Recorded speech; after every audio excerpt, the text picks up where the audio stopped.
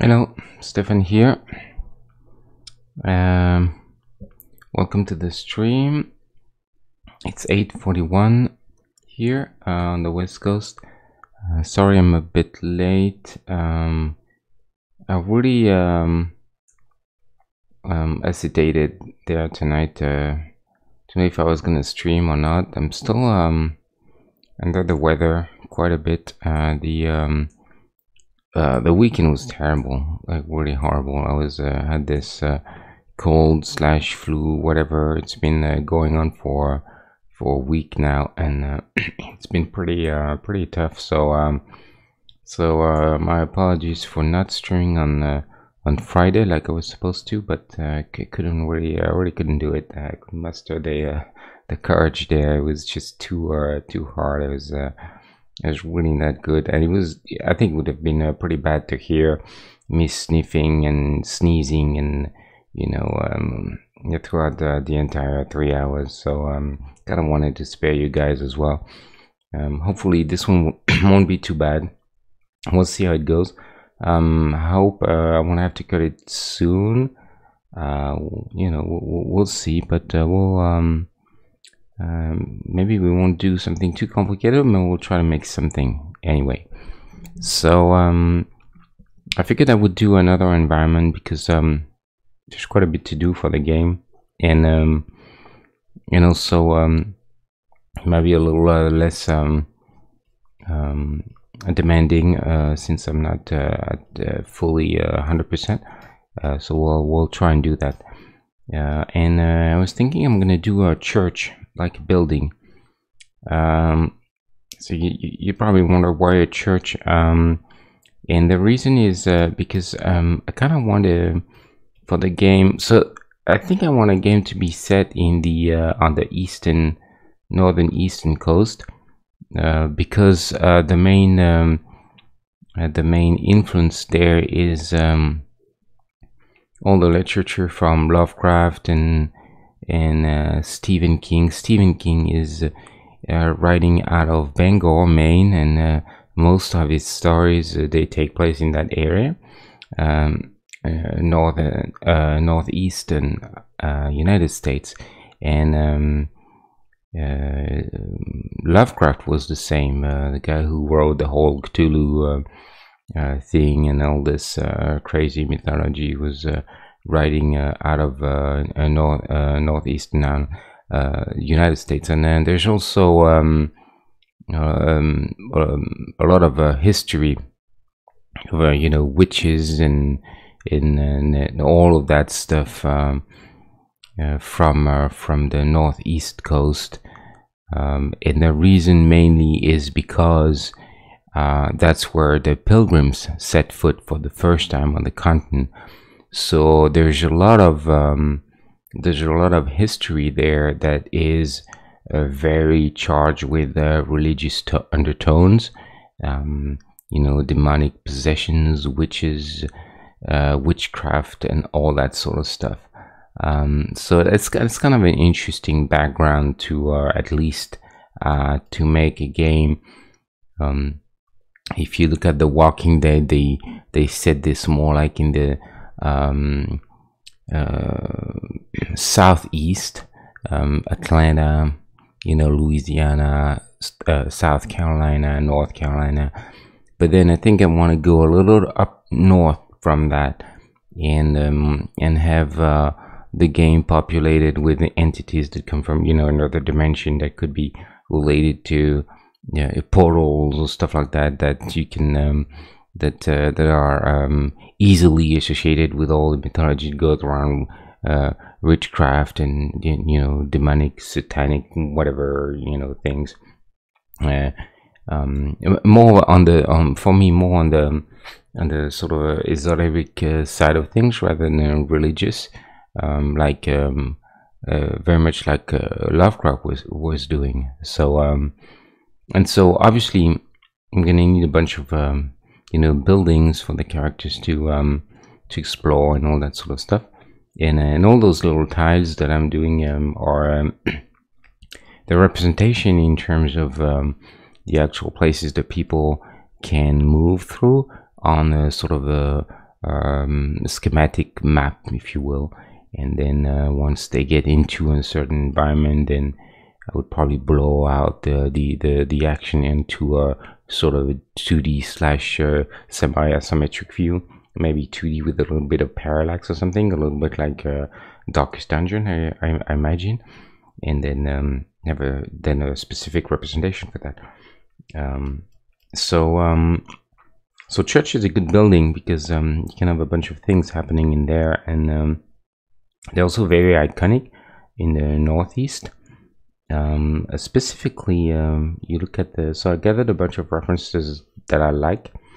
So they're usually those white on white buildings, very, very iconic shapes, with the spire and the bell in it, and they were called actually, so when the pilgrims, so the first people who came from England and Europe, set foot around the early 1630s, so 1637 or so.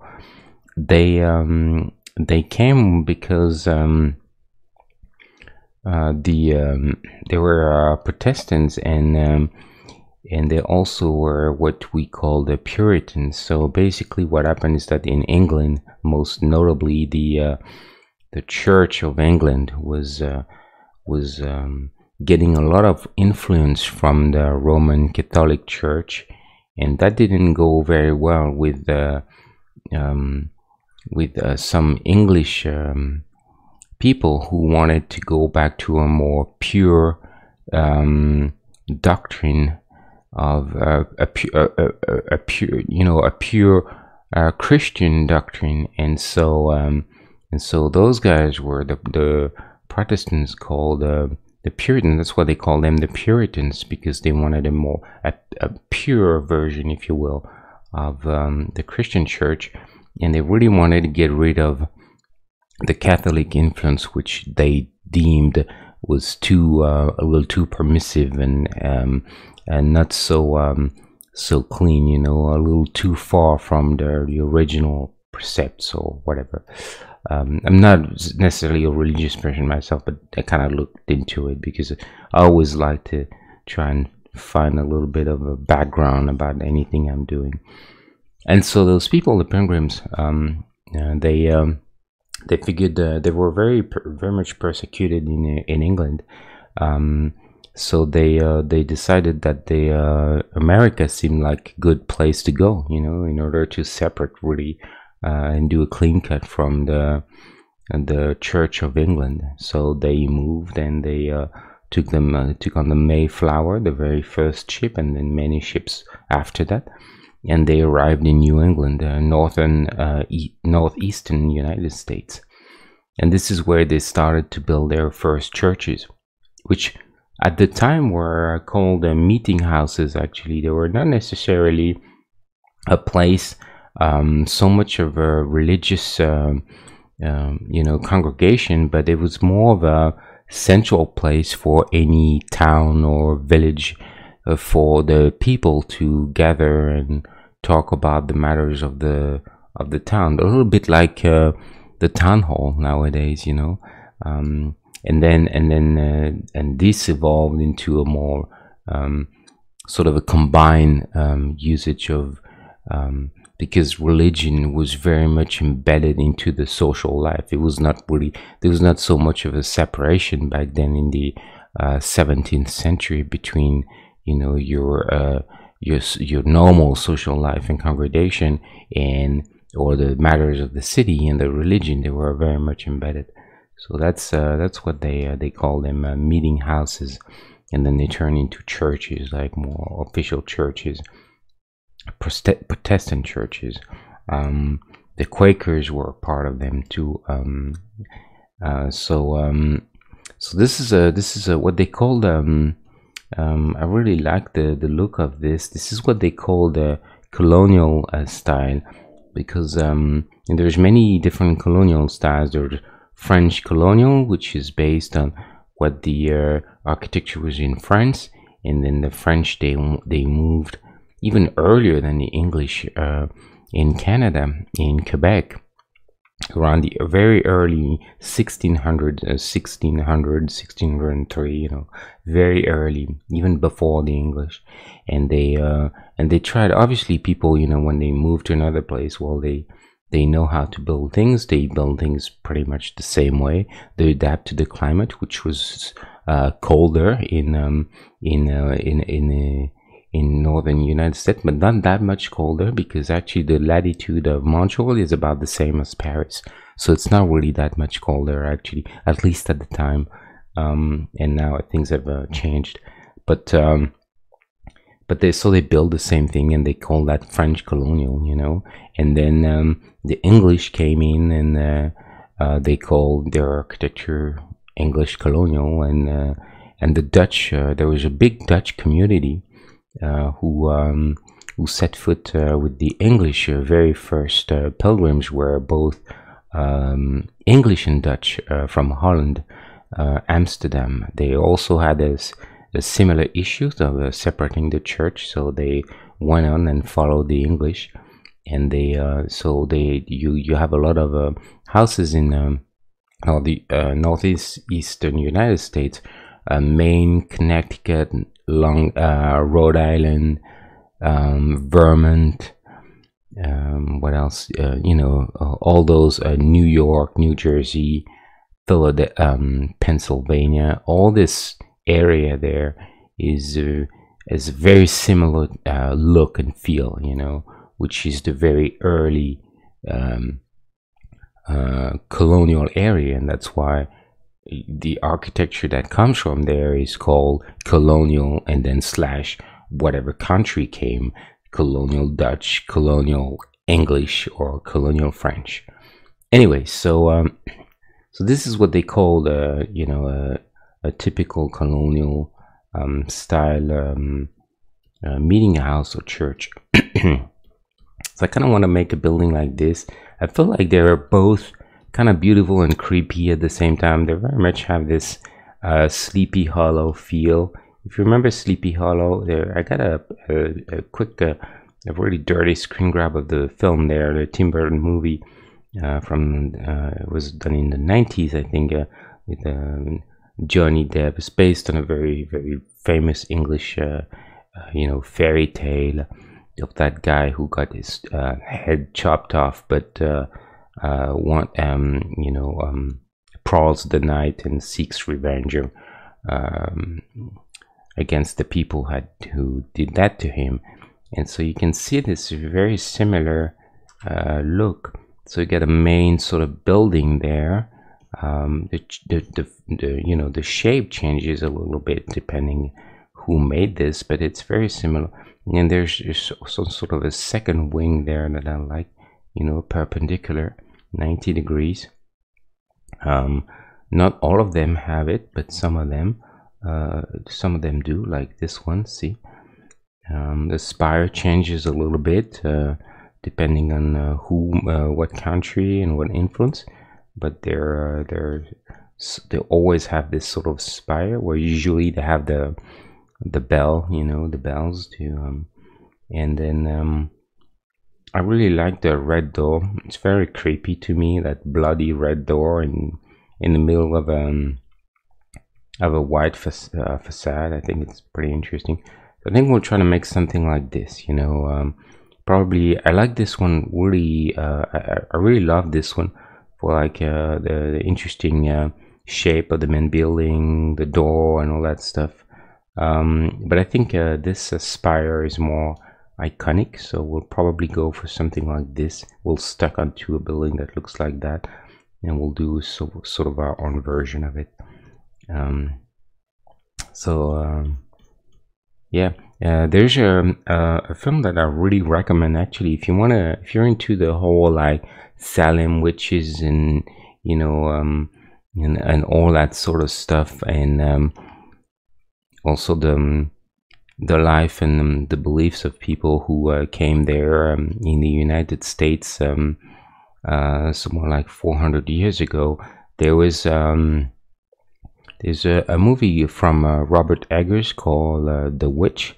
Came out in early 2015, and it's a very, very intriguing film. It's a horror film, and it tells the story of a family of pilgrims who are sort of cast away from the very first, what they call the Plymouth plantation, which was one of the very first settlements in the United States from Europe. And they get into the father of the family gets into trouble for some I can't remember exactly the reason, but basically gets cast away, him and his whole family, and they have to live in margin of this society in the main settlement. So they build a little house and they live near the woods by themselves. And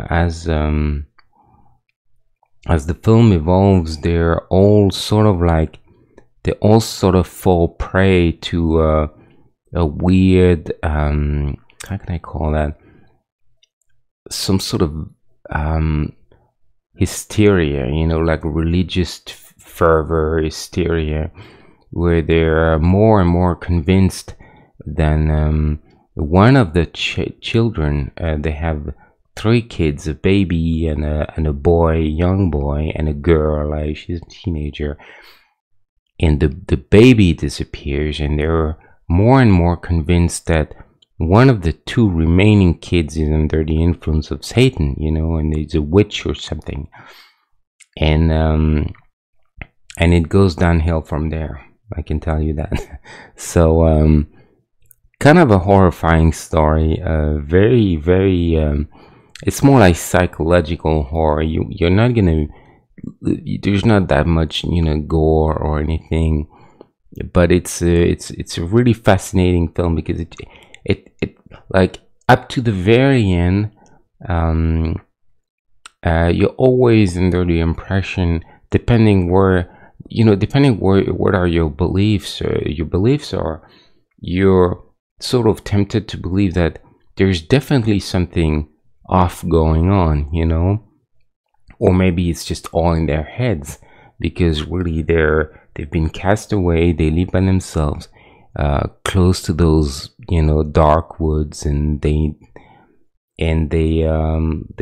got a little mad. So it's very difficult to it's always I think the director really made a good job of sort of walking that line where you're never quite sure up until a certain point where well, but you'll see what happens. I'm not gonna spoil it. So it's called The Witch. It's actually spelled in a funny way. It's spelled the Vitch, VVITCH. So double V instead of the W.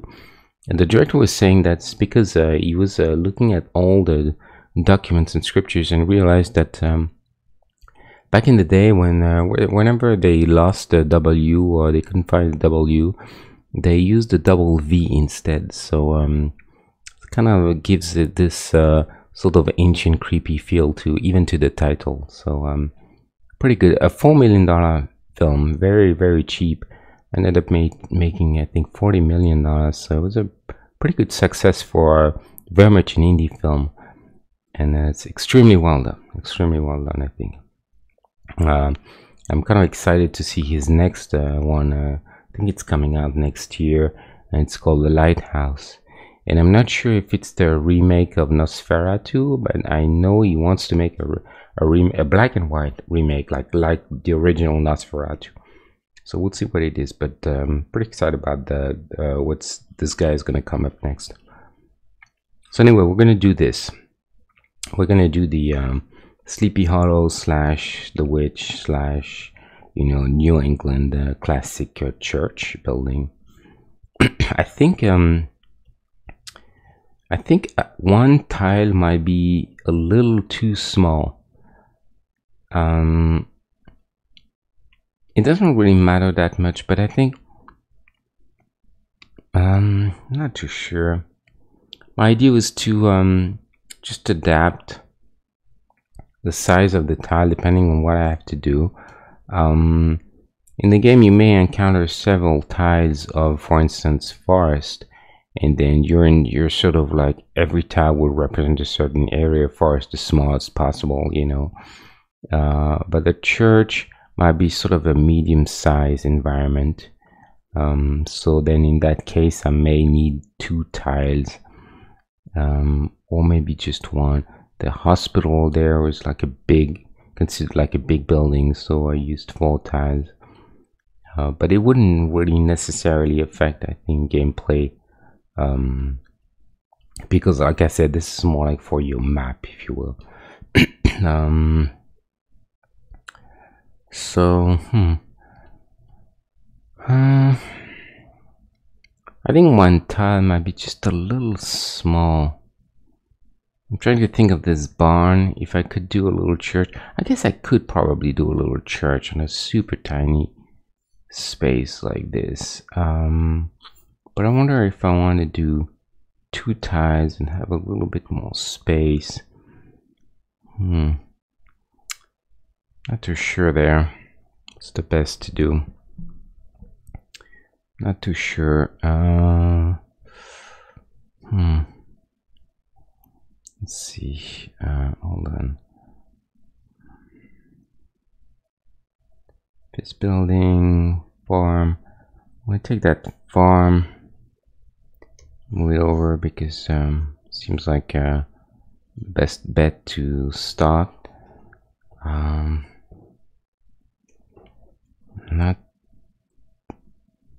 Not too sure.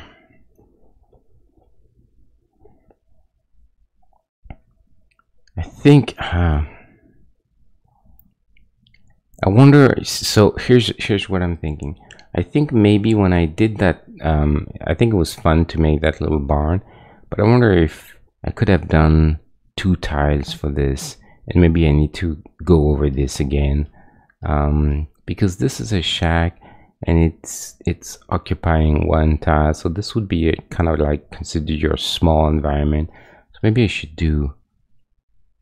But then again, that office building is perfectly fine on 1 tile, so I'm kind of a little confused as to what's the best approach.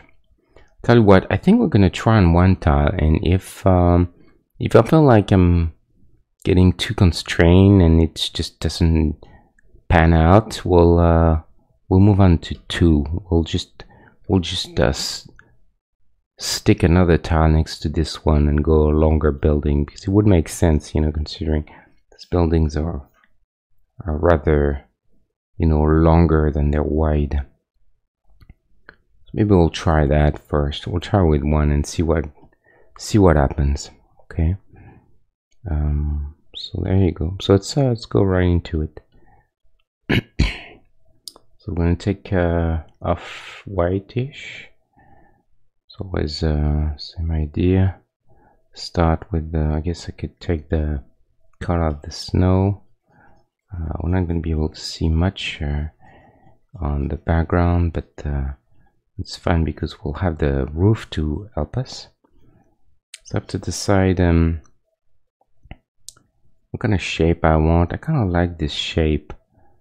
So we're gonna say this will be our roof.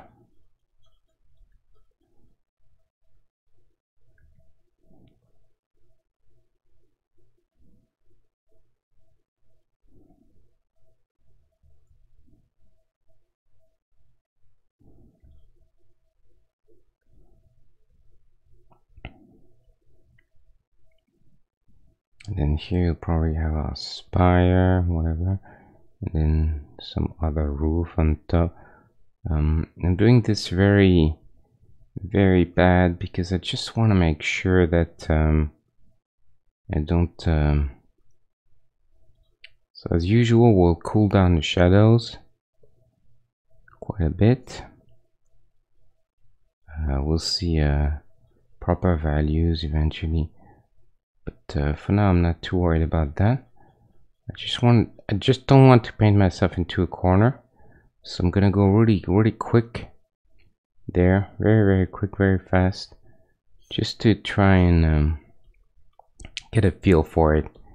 because I don't want to go into detail and start, doing all my thing and then realize, maybe I need one more tile, and scale is it's gonna be difficult, and then everything is to be done over again. So let me kill this tree for now. We'll take care of that. I think we'll put some dead trees, a little like a little menacing, like Sleepy Hollow might be fun, just to make it a little more creepy. For some reason, like, churches are a creepy place for me. I don't necessarily I don't mean this as an insult to people who believe or anything, but it's just the way I feel about them. They're kind of like a place that I find both beautiful and because of the all the work that is into it and the craftsmanship, but at the same time I feel like they're super creepy places.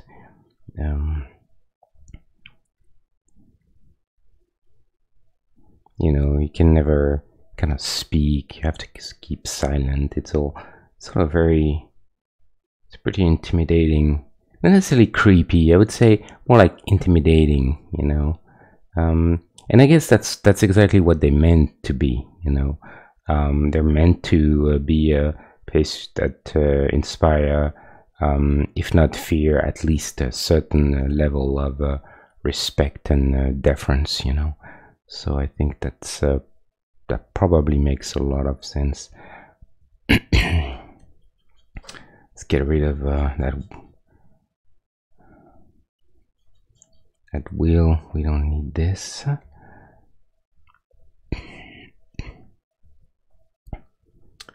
My throat is still hurting. Some second on those little pills.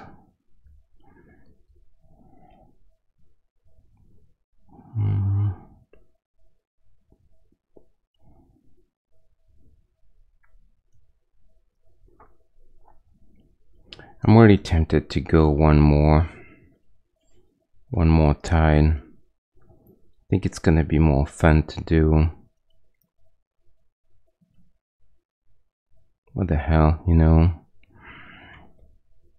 Let's try a wheel very quickly and see what we get. If this doesn't work, we'll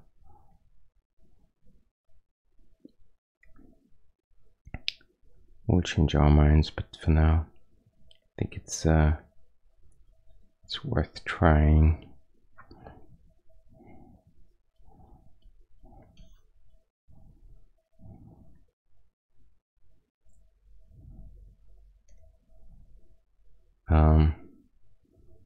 Just gonna copy this in a separate layer, in a separate document.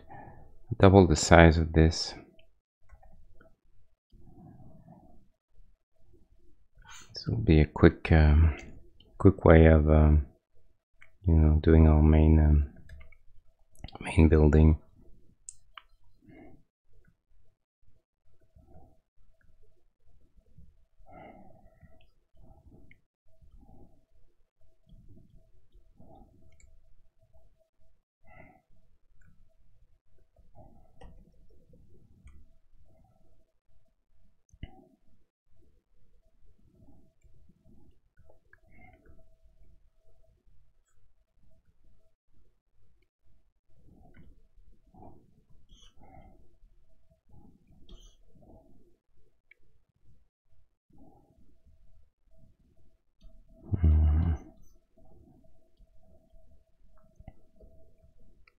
I think I kind of want to change the angle of the roof.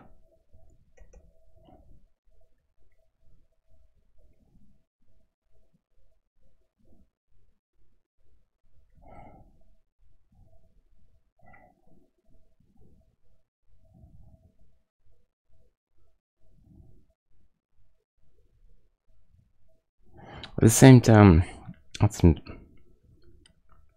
you know what? I think that seems a bit too big.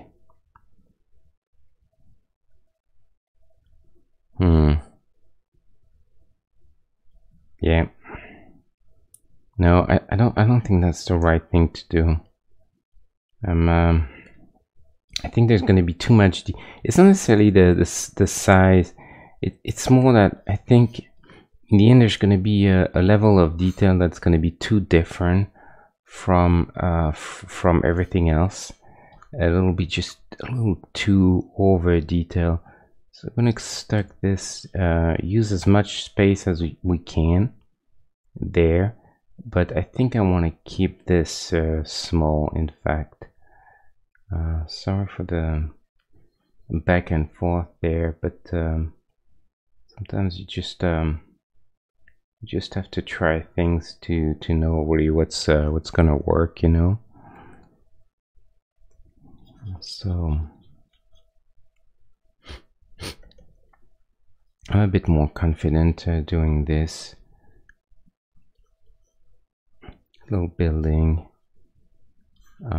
Yeah, I think it's probably better. We're still gonna try and get an interesting angle there. Let's see what it does. I think 2 will be good.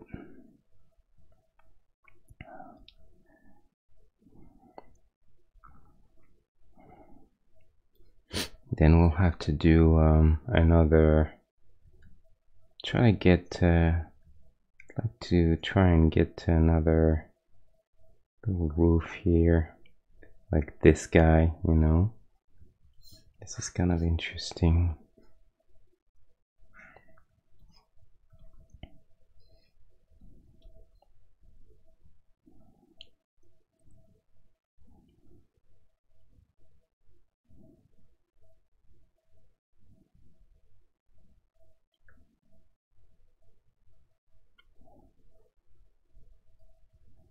Don't need this.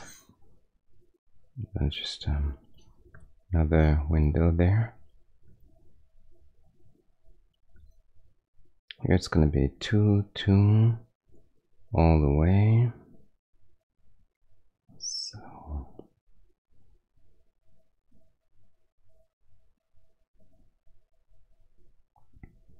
like this.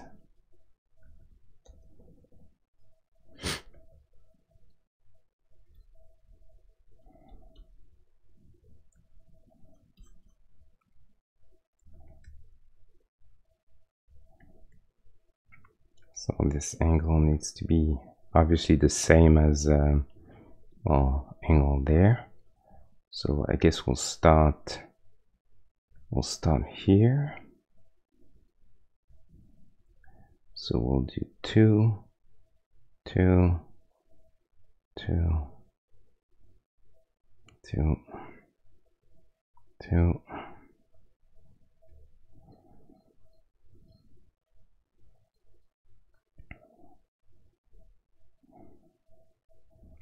Here, everything has to be consistent as well.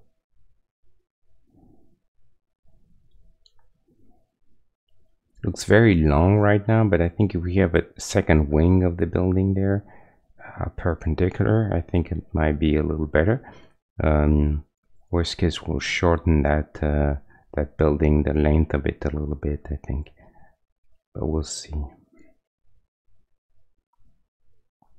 Let's just block out for now the basics, and we'll see what we are.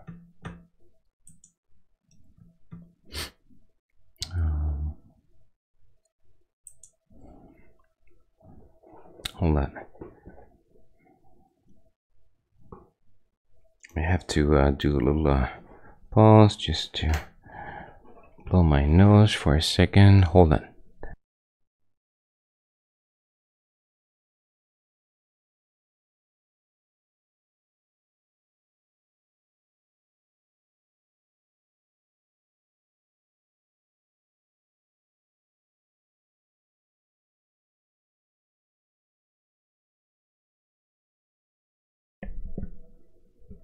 I'm back. Yeah, believe me, you don't want to hear that in the mic. Definitely not.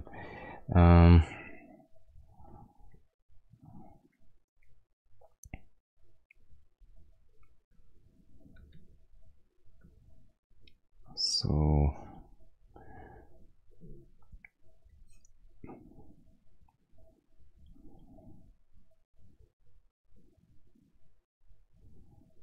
so you know what? I'm gonna kill this for now because I want this to be clean. So for now, it doesn't matter. I'll make sure that everything is clean. So from here,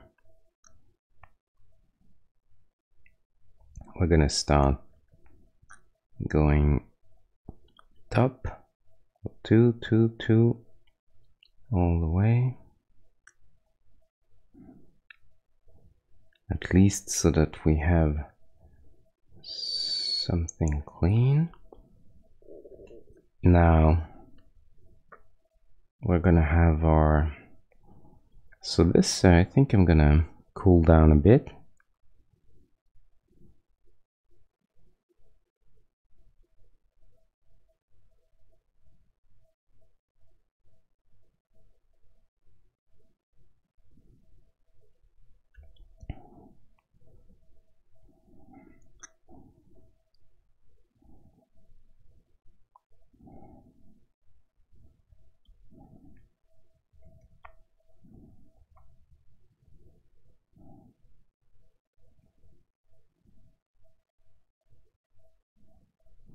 Just a little bit green, and then we'll do lighter and then warmer gray for the other side of the roof, right? Even though technically I don't think we can see that much from this angle, but we'll see if we can suggest a little bit of something at least.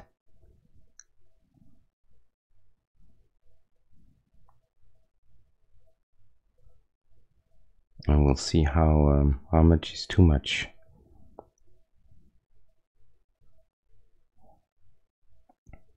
This is just too much of a rounded top, so probably don't want to do that.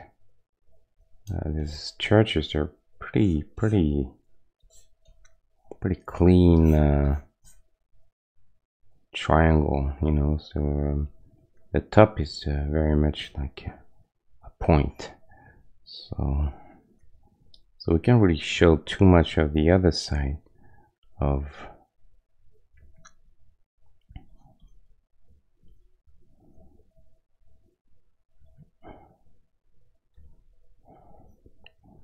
I think I'm gonna start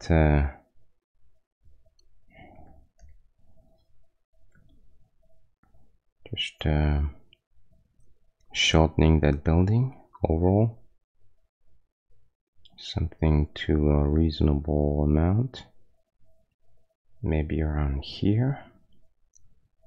Here we'll keep going with our grass, whatever. So that's that. Here we'll try and suggest the other side. But again, this might be difficult at that size.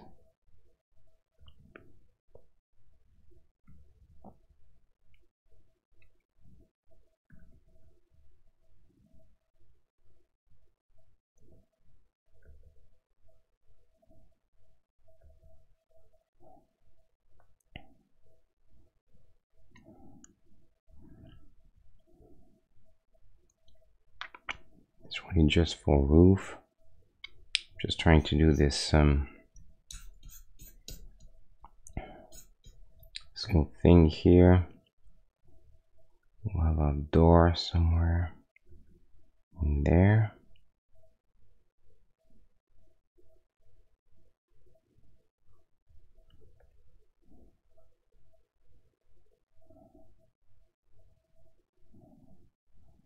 Be a little big, but I think we'll go a little higher so that we can afford a door that's just a bit longer, because really we want to feel the door pretty long. So I think we'll just have to sacrifice the shape of it a bit, but as long as the aspect ratio is alright. So maybe be a little weird, but we'll try. I'm not too worried about too much detail at that point.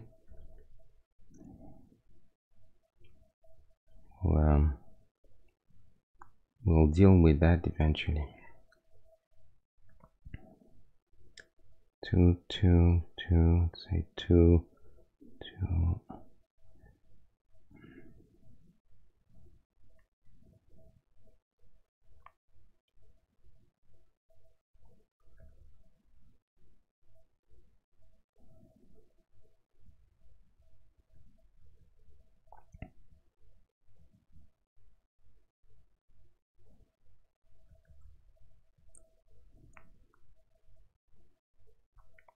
Kind of a tricky angle there, so we'll try that.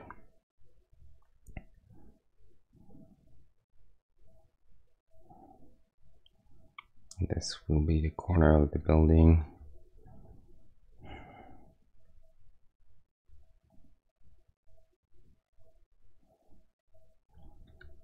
So very basic for now, but that's fine.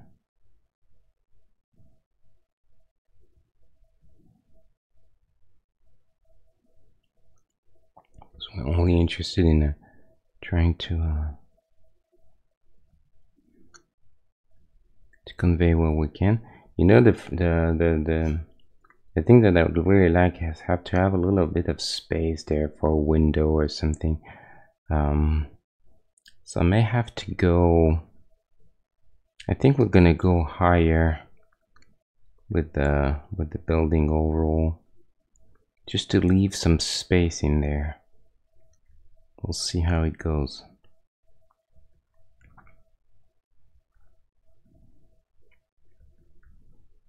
If that doesn't work, we can still change our minds, you know. But right now, it's the right time to try things. We have to take a little bit of liberty with no license with how the buildings look overall, and I think it's probably fine as long as it doesn't look completely like a different thing, you know. I think it's when things start to feel like you've lost the essence of something. That's it's time to maybe go back to the drawing board, but so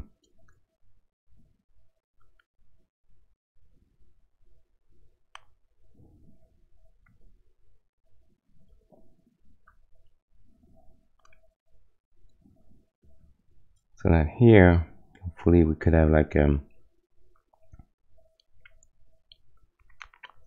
3 little windows or something, you know. May have to go a little lower with that, but I think that's fine. Yeah, so I think that's better overall.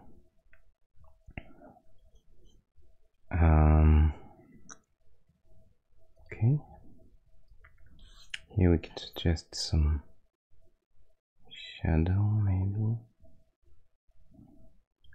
Tricky to get that window not to get too confused with everything else.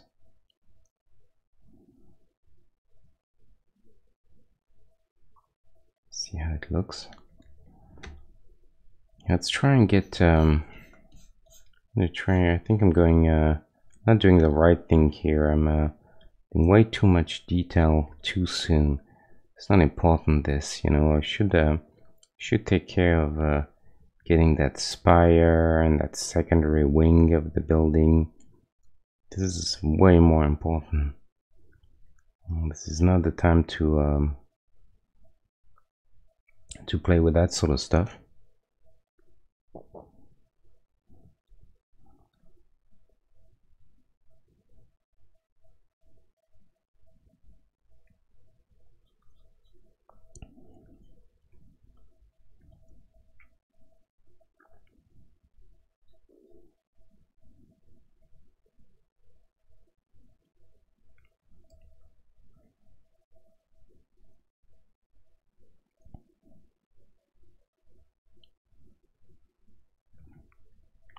don't want this to be too big either. And I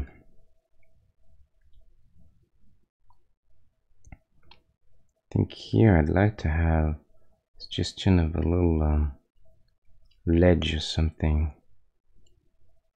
for now, maybe with that color, and then have a little bit more of spire.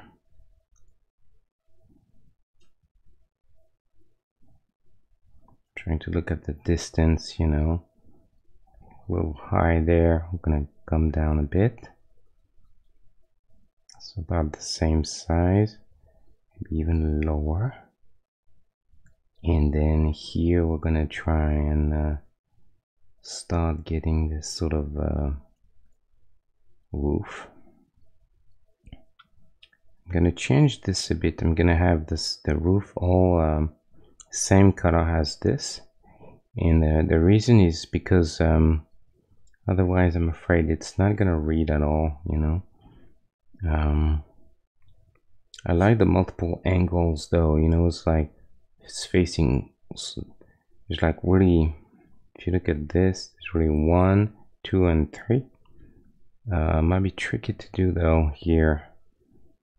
We'll see if we can get this, but I doubt it a little bit. I think it's gonna look very rounded if we do that, and I really don't want this to look like yeah. So as I suspected, let me see if there's another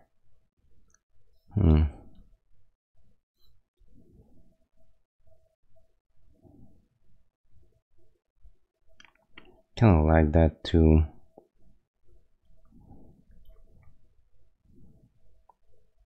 I think what we need to do is go first. We're gonna try and get the nice, very pointy feel, because it's really that ratio that matters. You know, how high it is versus wide. That's what makes it look like what it is. And this probably needs to go a little like this. So that's a bit better, but I'm still not happy because I feel like it looks too fat, you know.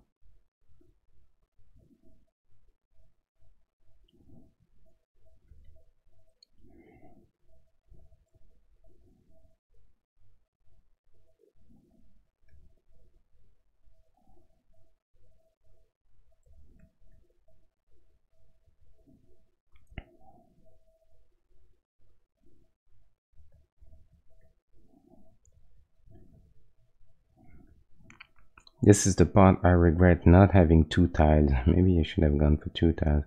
Wouldn't have that issue there. But let's try and make this work. I think we're gonna have to have like transparent pixels there.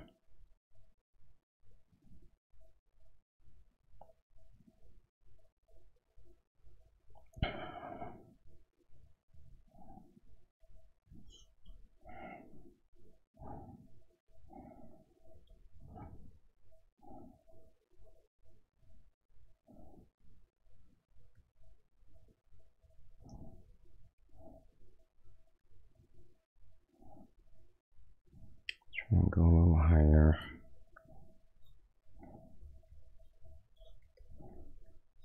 It's an interesting challenge to do all those little buildings, because you really want them to look like they are something that you can identify, and at the same time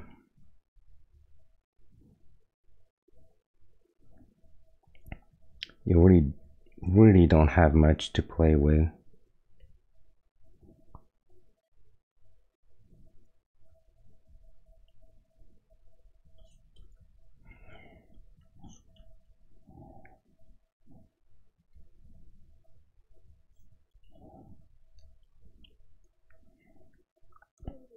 It's always an interesting one.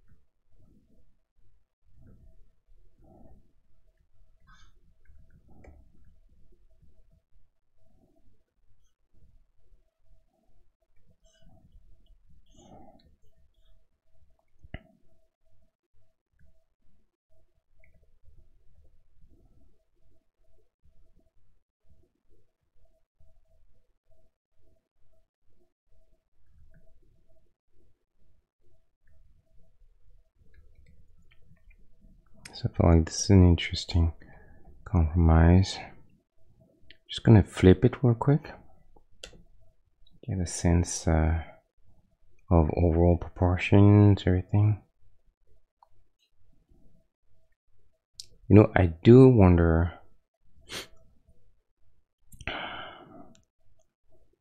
if I should change the angle of the roof, take a little bit more space, building the main building a little more fat overall, so that the spire would look a little smaller in comparison.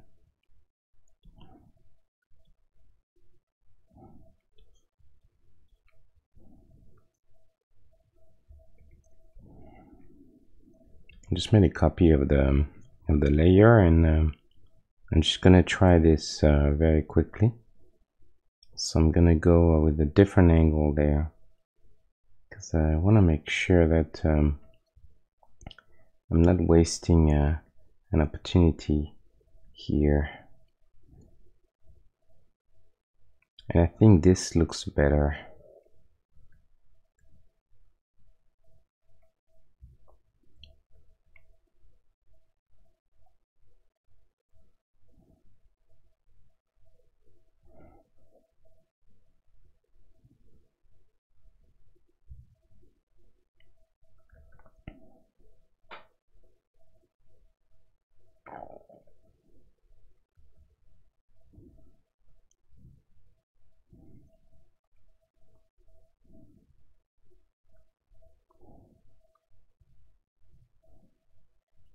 Yeah, I think maybe this is a bit better.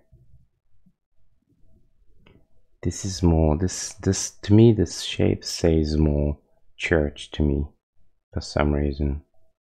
Let's try and apply that to the back and see what it does. I hope you guys can hear me well, because I think I probably speak a little more softly than usual because of all the sickness. If the sound is not good, you can, for sure, you can let me know. So yeah, this is better, I think. This is better proportions. I think I like this better. We're gonna stick to this.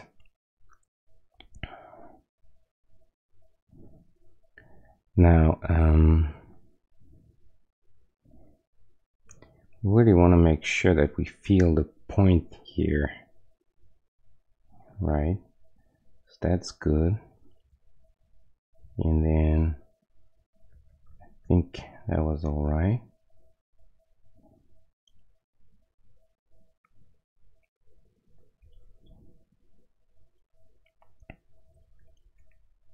Now the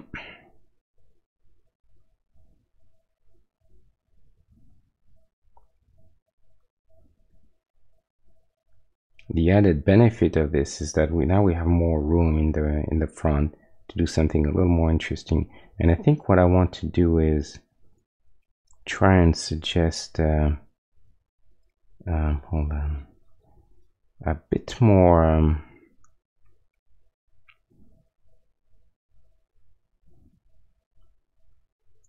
a bit more space there, like an actual roof.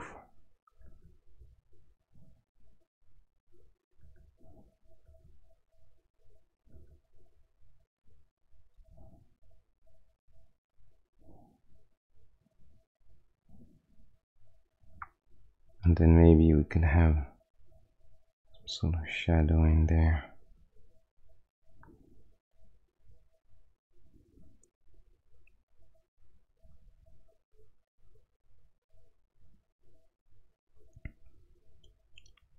Now here I can make longer windows, feel a little more churchy.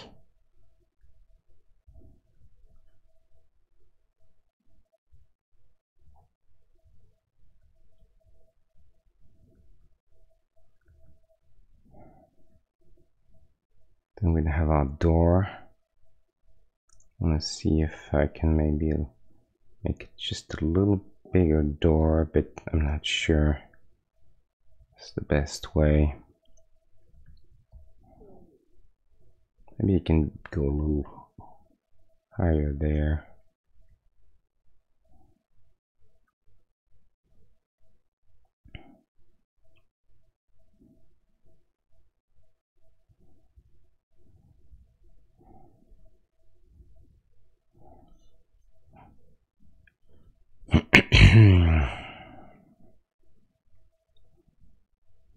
So here we could do a bit of something like this.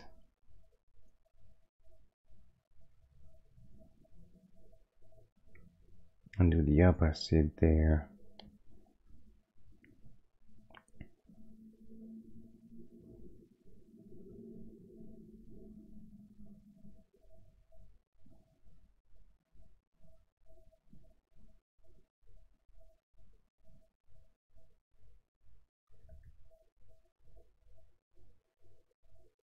It's tricky to render that sort of lighting at that size, so small.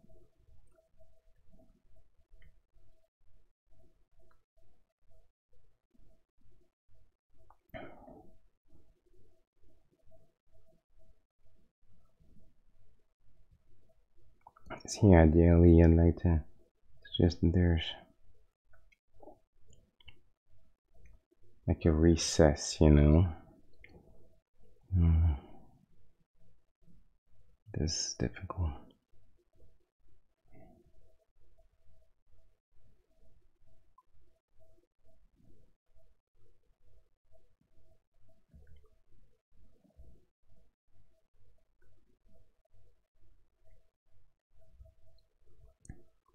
I'm not feeling it too much for now.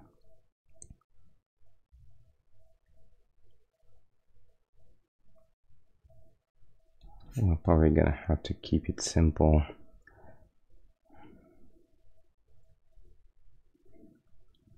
Maybe redo this a bit better.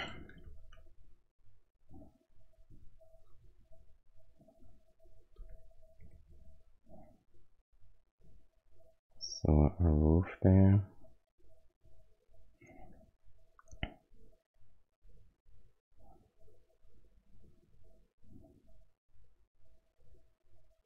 Okay. Keep it simple.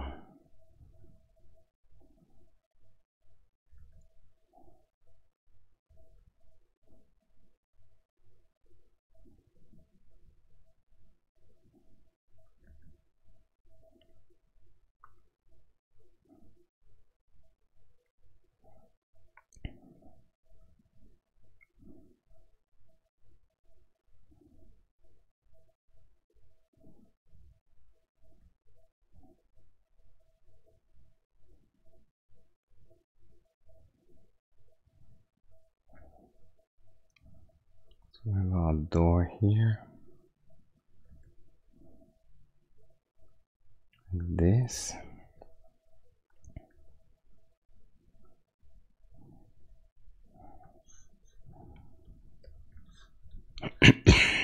Now we'll keep going. longer here.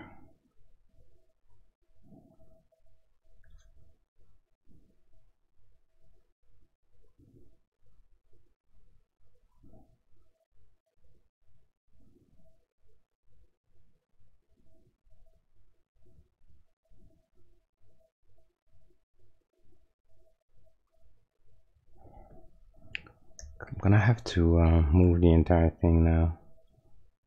Don't have enough room.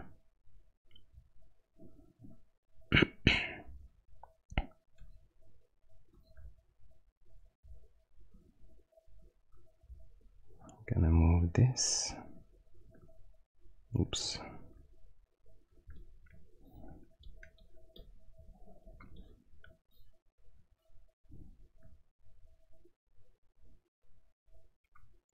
I'm gonna leave it nice breathing room.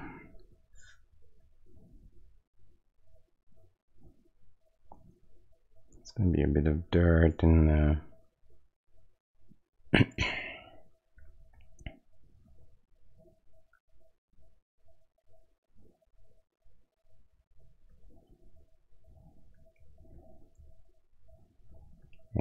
grass. We'll deal with that later. Now, doesn't really matter. Missed a bit everything there. That's fine. Oh, so one here would have this.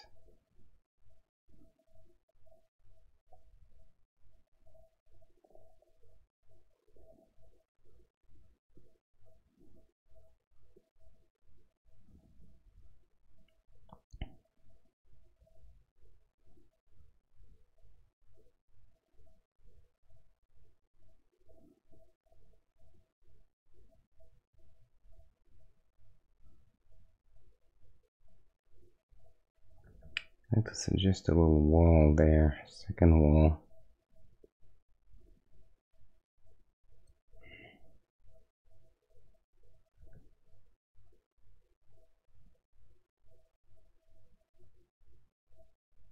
Like this. I think this is the idea.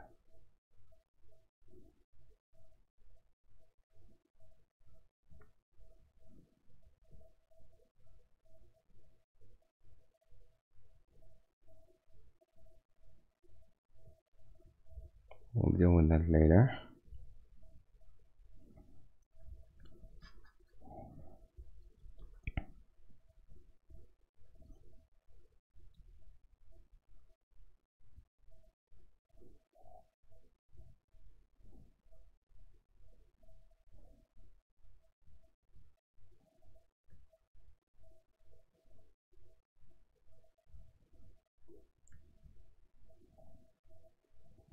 Okay, it's better.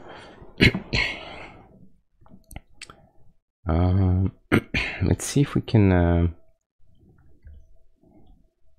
So I think I'd like to suggest that the roof is coming down a bit lower.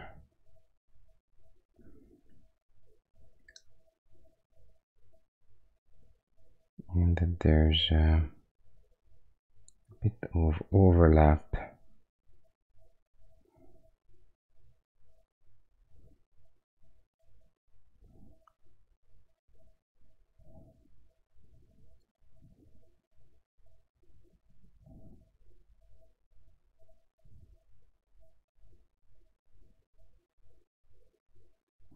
That's probably too much.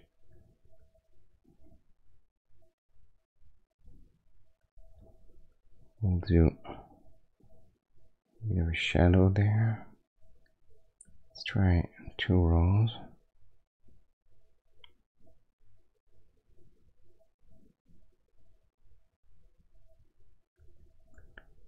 Here, technically, this should be perfectly centered.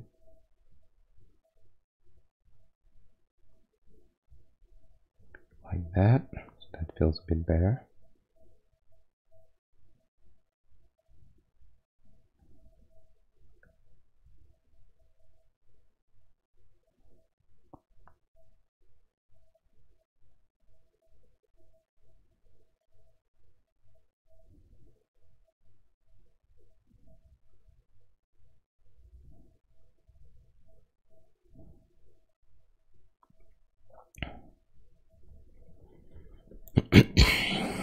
And then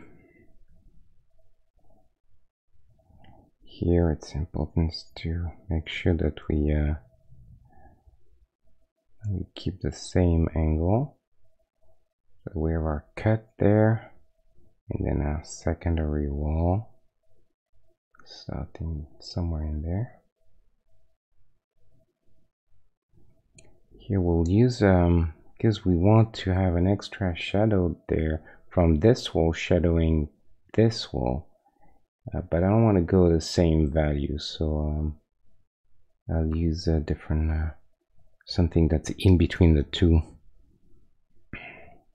You see, so you get a sense of this shadowing that, like that. We're gonna do a little bit of that, doesn't matter. For now, we'll see what we'll do with that layer. I think we'll have our little trees and stuff. Now, we want to make sure that that other part of the structure there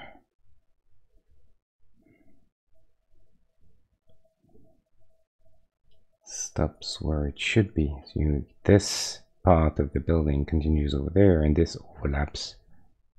So somewhere there. I think I'm just gonna do just a bit of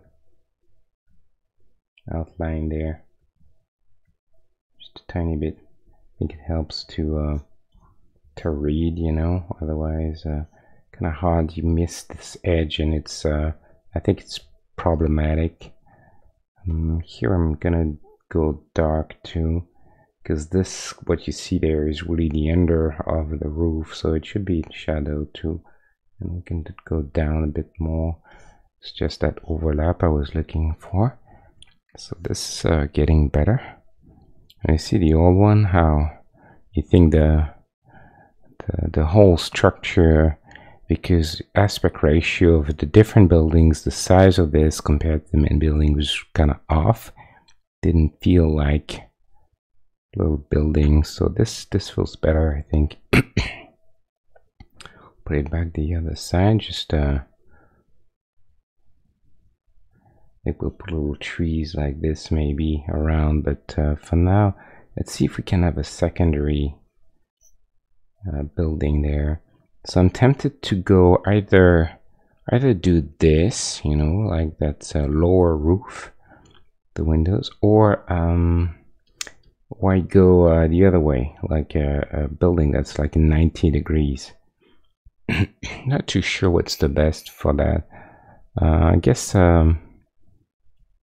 let me try and let's try and think. I think maybe this way is better, because then we can see just a little bit of light hitting that side, which we won't be able to do with this. Everything is going to be in shadow, so it might be a little less interesting. But this is a simpler, more iconic shape maybe. So I'm a little bit, just a little bit divided there. I guess there's only one way to know. We'll try both. So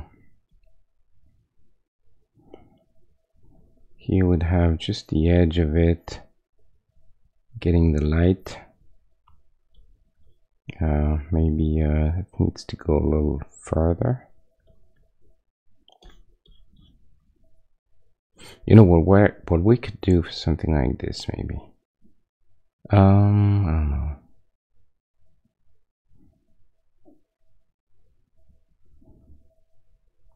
Let's go simple, and we'll see. So here we need to do 2. Obviously this is a wrong value. It's all in sunlight, but now all I want to do is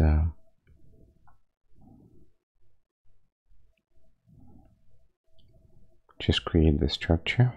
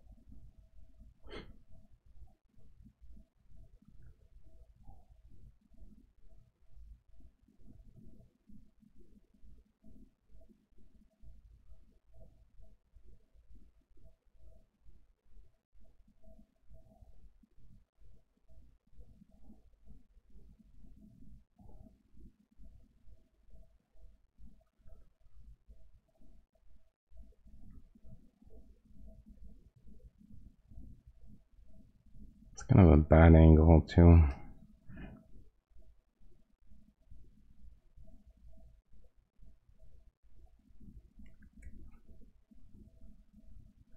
Gonna go fast for now,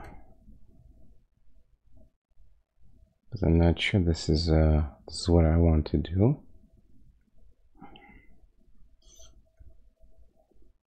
So there would be, you know, something like this with part of it would be in shadow, so somewhere in there, and this would be in shadow too, somewhere there. Maybe we'll do very quickly for now. So I would do that, but I don't know if I want to do that. I think I like the idea. The problem is I don't have a lot of room there. Let me see. I can do this real quick. Okay, we're gonna once and for all, we're gonna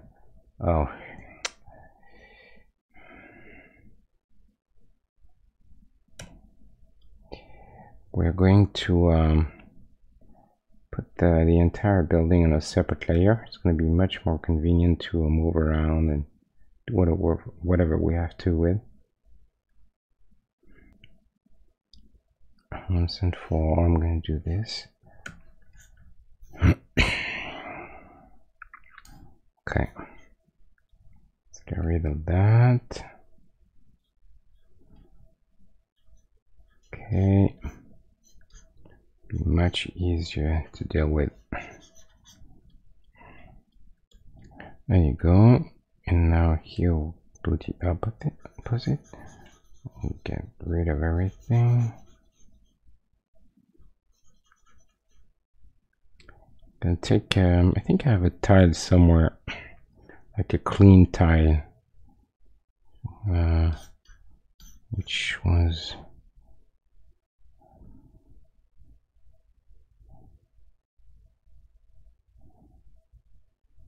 don't know what they are. Grass tile. There you go.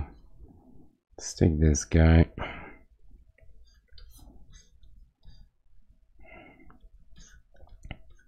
It's easy.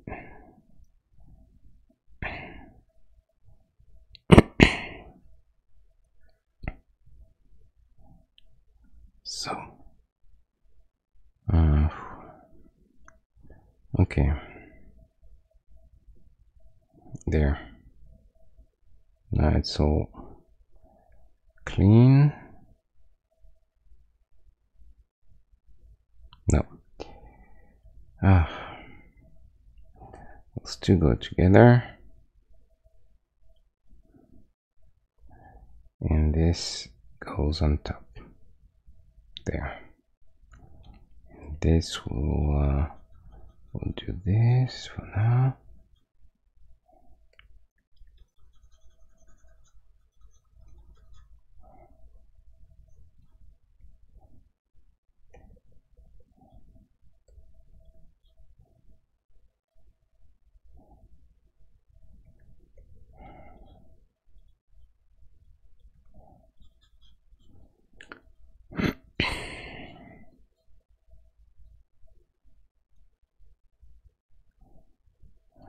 And we'll put this guy on top. Now we can play with that. So now the good thing, we can duplicate this church here, and then remove all of that. Right, boom, and then I have this other part on a separate layer. All I need to do is put it under my main building, and you know, I can play with this sort of stuff. You know, so I can easily do this sort of you know, sort of stacking rooftops.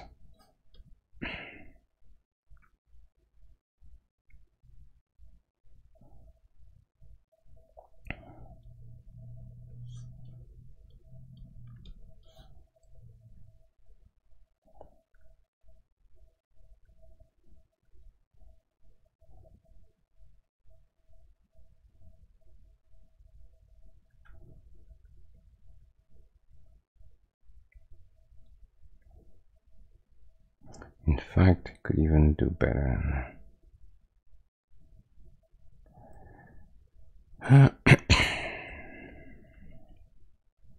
I'm struggling tonight with the cold, quite bad. Very hard to keep making mistakes. It's really unfortunate.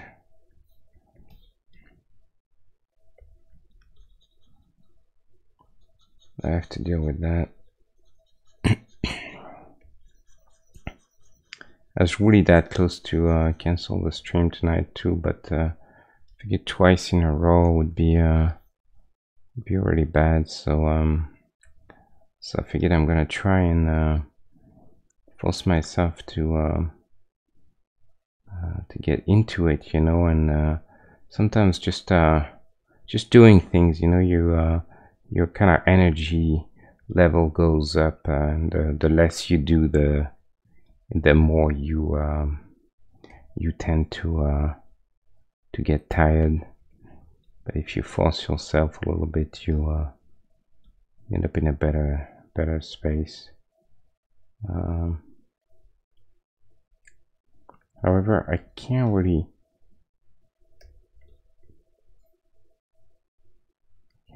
tell that this is the case, unfortunately. I was hoping I would get better energy, but just not feeling it really. But we're still gonna finish this. I think it's important to try and close this if we can. So we're just gonna power through it, you know. That's it, it's decided.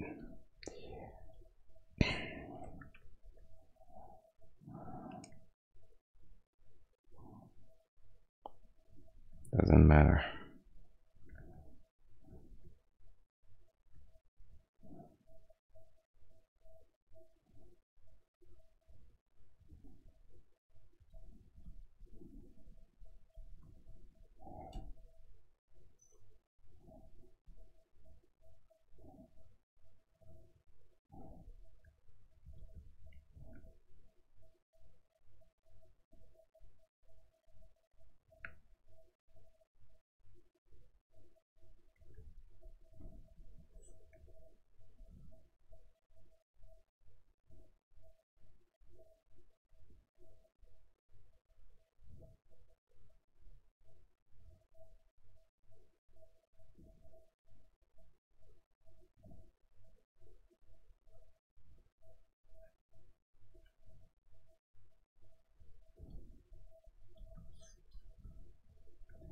Yeah, so this sort of stuff I don't mind, you know. I think it's interesting.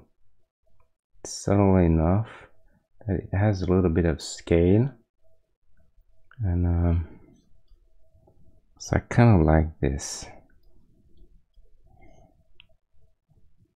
Let's see all together, flip it.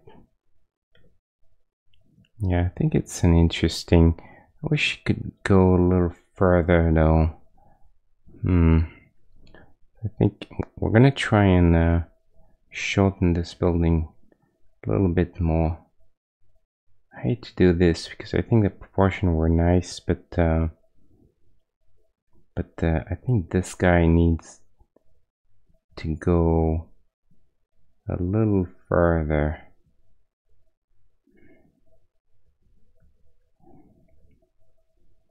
So we're gonna try. We'll see, just by duplicating stuff and moving stuff around, if you understand a little bit what you're doing, you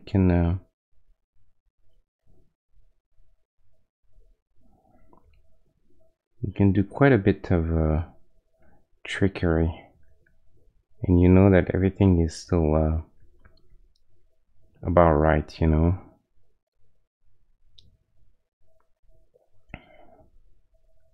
I was stretching the limit of the tide really, as I suspected with this guy. Yeah, we're gonna have to even go a little.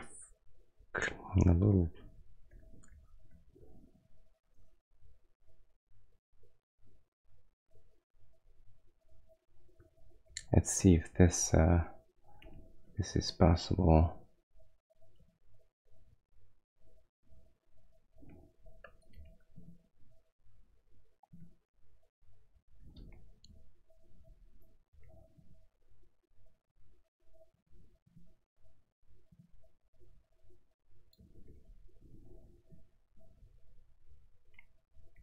I think it's not too bad. I wish this part was a bit longer, but guess let's try and go back to one more.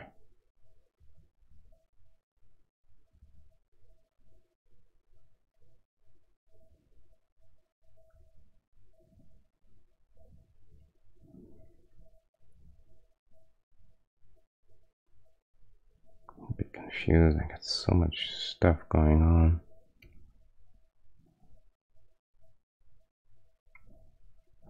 It's not clean anymore. It's hard to get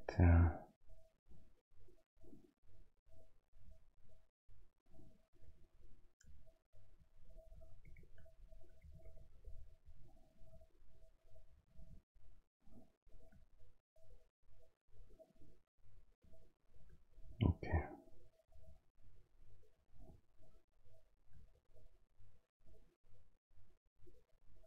Let's see.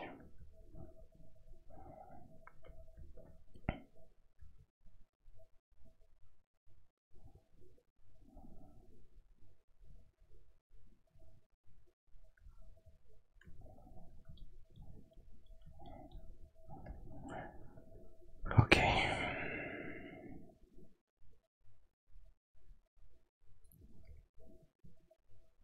Oops.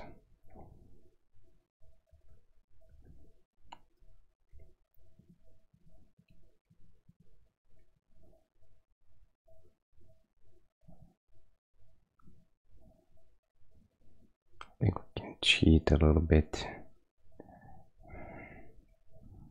Get rid of that. So hold on, two. Okay. It's really pushing it, but you know what? It's okay. Oops. Go a little higher there. Yeah, I think this is better. I think it's, yeah.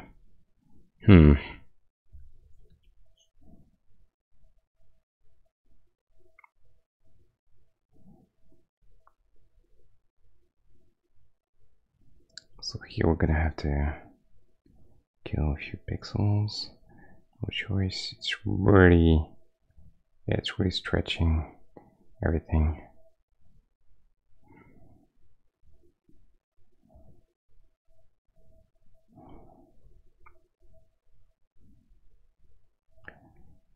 What we're gonna do, I think, is go and we'll eventually we'll create little just like we did for the if you remember when we did this shack, little tiles, different color. We'll do a little bit of that here just to make it more interesting, but also will help to separate those two rooftops. But that's that can come later. Here we're gonna just do for now, we're gonna make our nice shadow, and then we'll deal with the this area and what we do with it, whether we put little bushes, branches, trees, we'll see. But all of this obviously is in shadow. So the unfortunate part is that and we can't really, actually don't like that color, that shadow. I think it's a little bit off. So a little bit off. Let me see.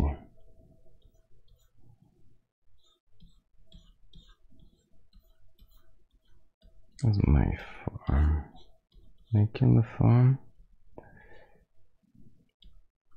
Yeah, I mean, hold on, let me see.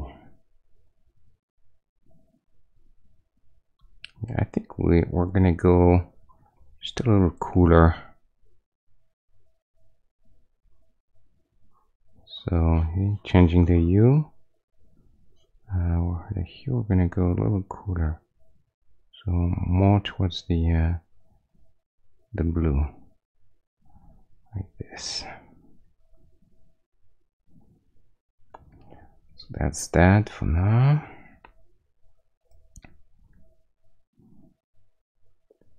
Our shadow here. Here we'll deal with that.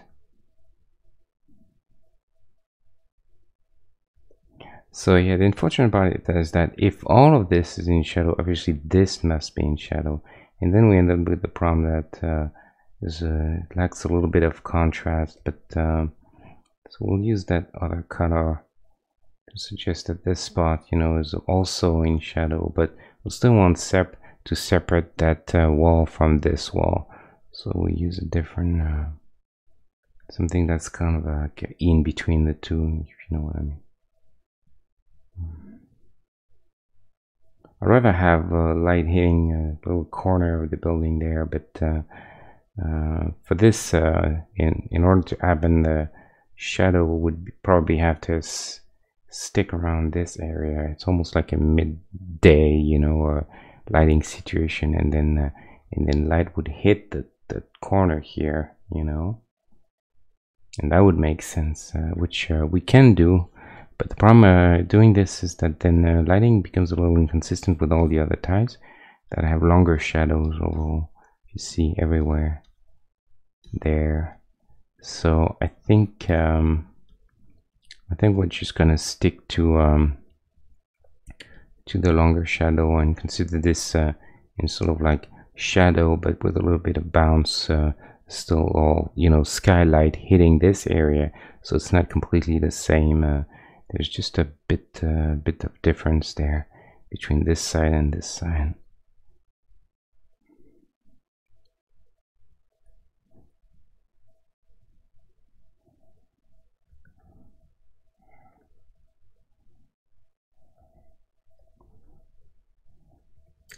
So there, so we got that. So now, at this point, I think we have a structure that's pretty complete, you know, in terms of like the main shapes and where things should be. I guess we could have this little red chimney there. Could be a nice little touch. Why not? I don't know if that's doesn't really feel church. Well, actually, they kind of have them too there. So you know what? I think we're gonna add this. Well, not too sure where to put this. I think somewhere in there. I think the scale though needs to be very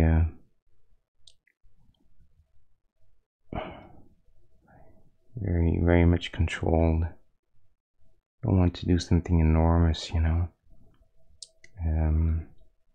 So we'll have we'll consider the shadow again. So like I said, the cooler shadows goes for every other color. So cooler is in the direction of the blue.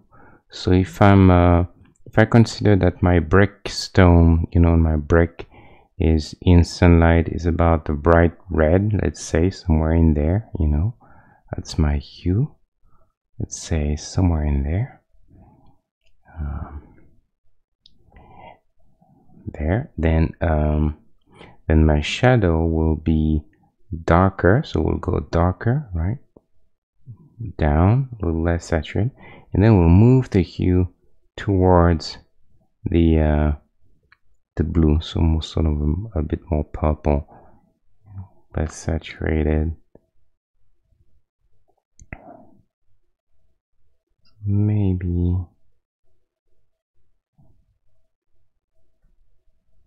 too much hue shift compared to what I have here. So that would be our shadow. There you go. So that's how you would roughly determine, you know, what's shadow and what's light. You can have a little bit of something on top, suggesting that there's some kind of little, you know, little part of wood or something. I feel like it's actually quite long, but I don't know if that's very it's a little strange. I think I'm not used to see this, so I wonder if people are just gonna wonder what the hell is this, you know. I think maybe if we have two, at least that will read a bit different.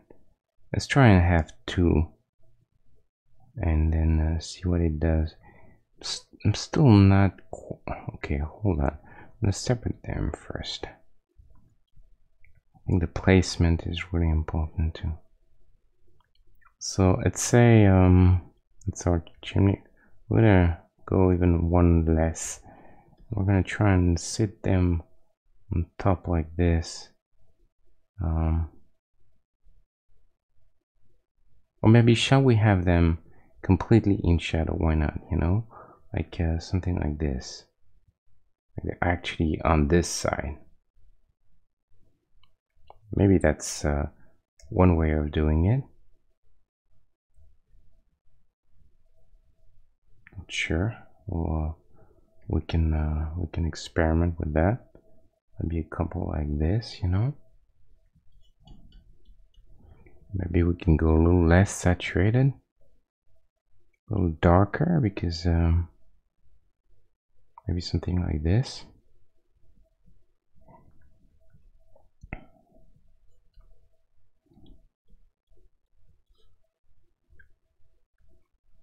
Not too sure if I want to keep this, but for now we'll go with it. See how we feel at the very end, you know. What else could be interesting? I feel like all this sort of like double, you know, trims and stuff like this, always something that is kind of cool. So I wonder if there's any way to just a little bit of that.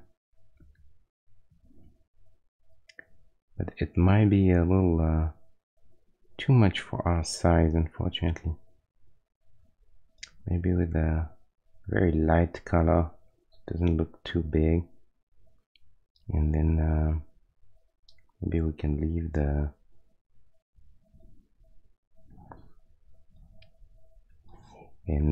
what we can do maybe is go completely same value everywhere. So almost like you see parts of it, you know, but it's not consistent.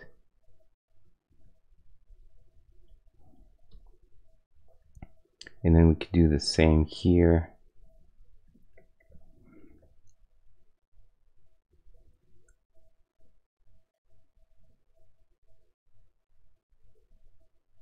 Hold on. We'll do first, we'll do it simple. Oops.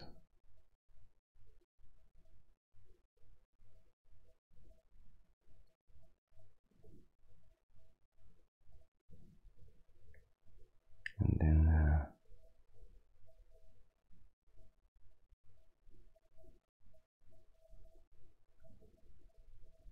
like this, so it feels a little more sophisticated, you know. Same thing here.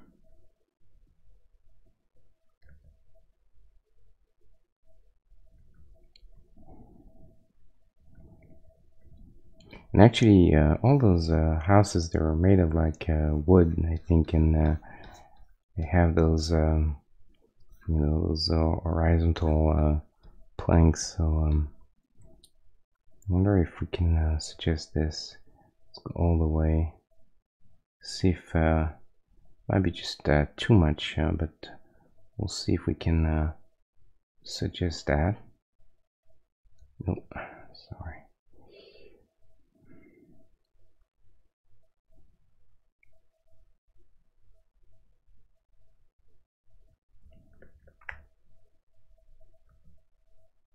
Maybe at the angle, you know, we have a little more of a notch, you know.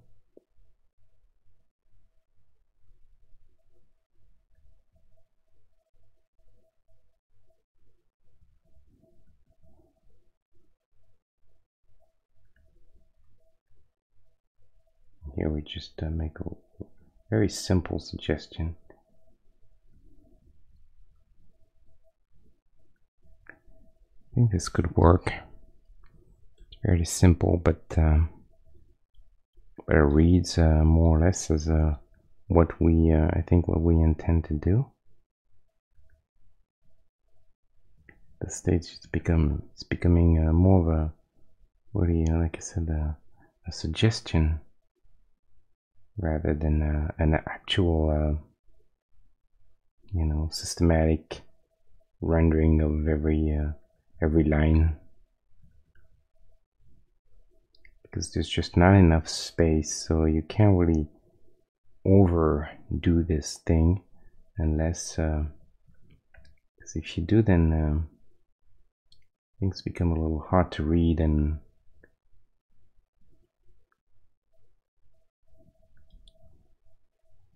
you can go a little darker at the bottom too, because you know, this is where there's a little bit more weathering and stuff like that.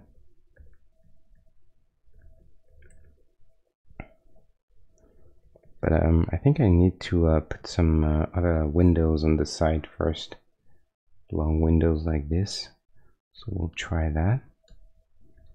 So for this we need to go fairly dark. Actually, windows are very dark in houses, you know, can't really see much inside.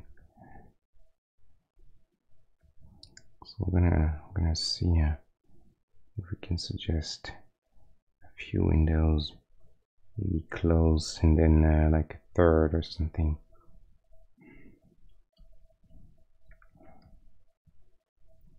Then maybe we can have a little bit of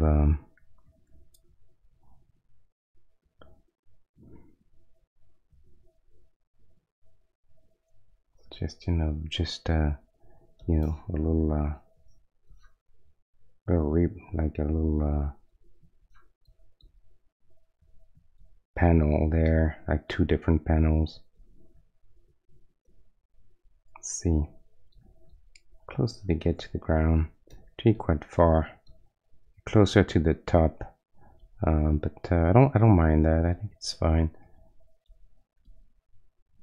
And then I think we need to put something necessarily in there, because we don't want to be too systematic about, you know, this, what we do.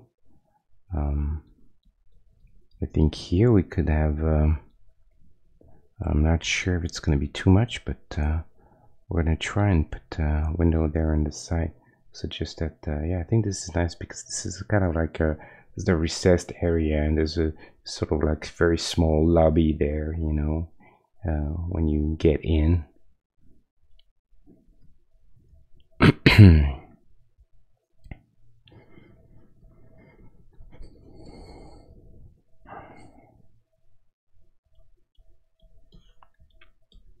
My roof here doesn't seem to go as high as it should.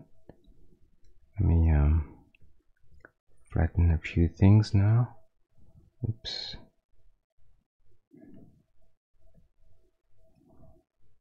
I think this needs to go higher, because it doesn't feel like it's connecting with this properly.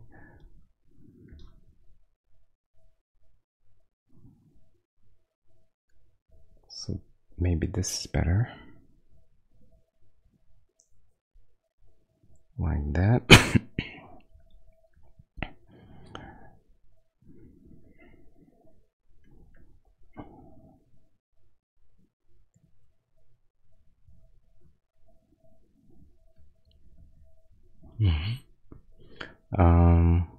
Now,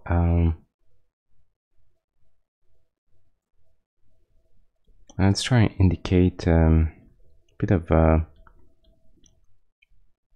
bit of detail on the roof. So we're gonna do the same thing. I'm gonna take this color and just put a little bit of a different shade in it, very lightly different, and paint something.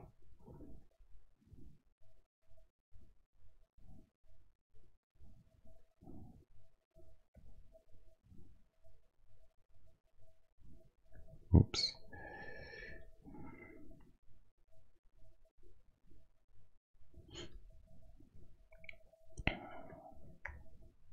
Maybe a little lighter, something like this. And we're just gonna do same as we did for the other. Can even have a little bit of red in it, and obviously not too saturated, but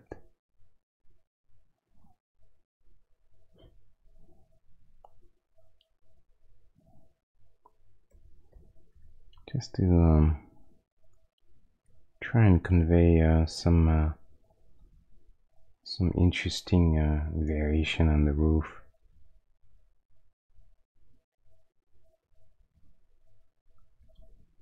Don't want to be too complicated. I'm gonna have to adjust this eventually, but I'm not sure about red. I think it's too dark. I want to keep it let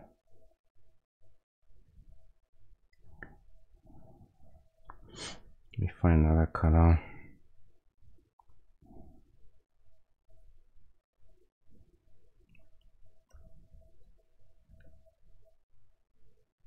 Really want to be quite subtle with the changes in color.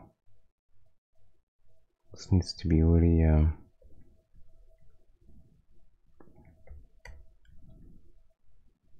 done with a bit of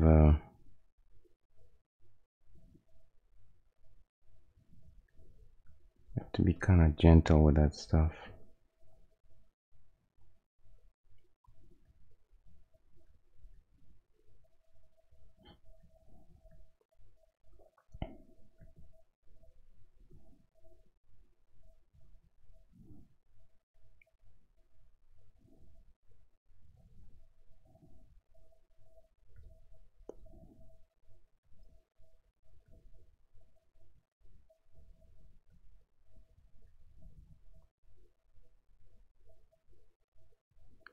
This sort of things gives quite a bit of life to something.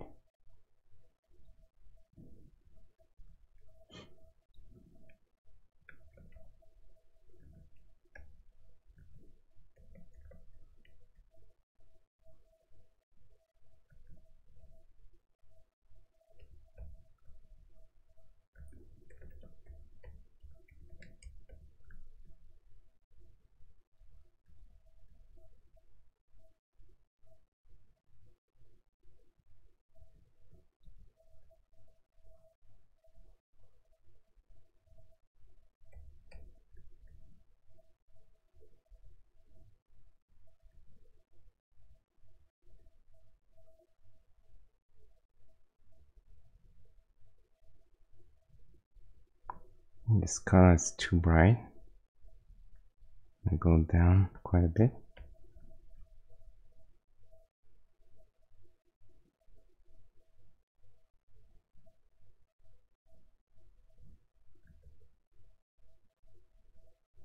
And I try to follow more or less the structure of the roof.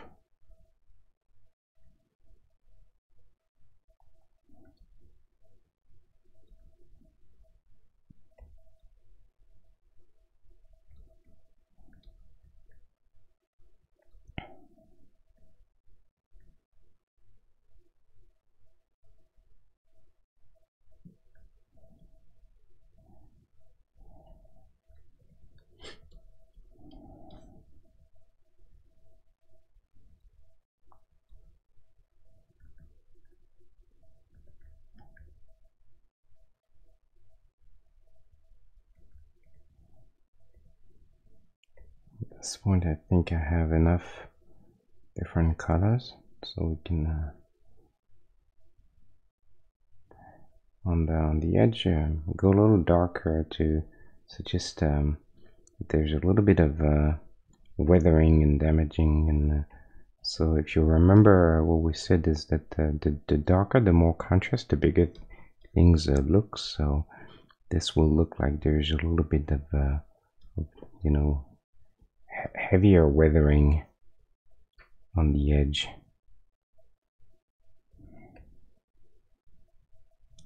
And at this point, we're not I'm not really following the reference anymore, you know, because this is way cleaner. I'm just trying to do my sort of Halloween slash you know, my Sleepy Hollow version of the church, something that's you know, it's a little bit of a 1600. It's been renovated rather than something brand new.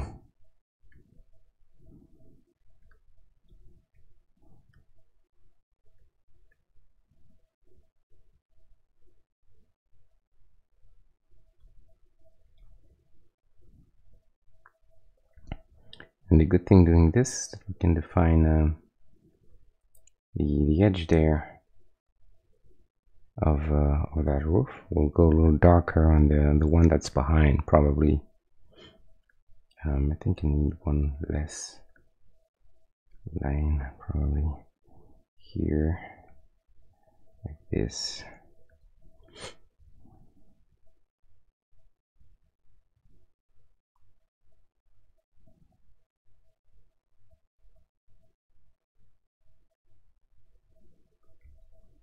There. We can almost at this point we can almost do this. We'll try this. We'll copy this because I'm a little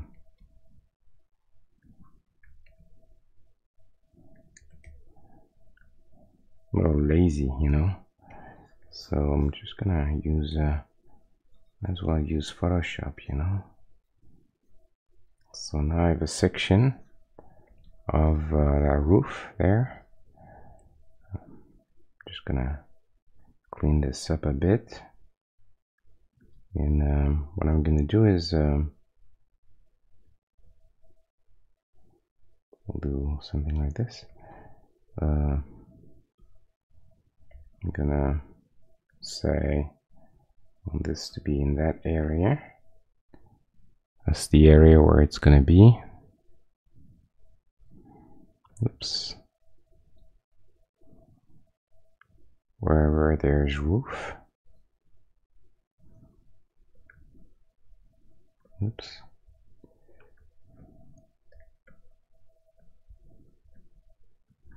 And then this guy, I'm going to give him this is a mask. I'm going to give him here a layer mask. So now it will only appear wherever I've decided.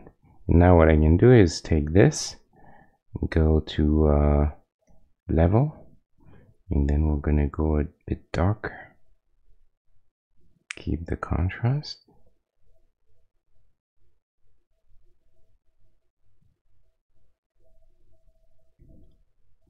We'll see. And now the good thing is that you can separate those two rooftops a little bit more. I can decide what part I like, and then even copy some areas like this.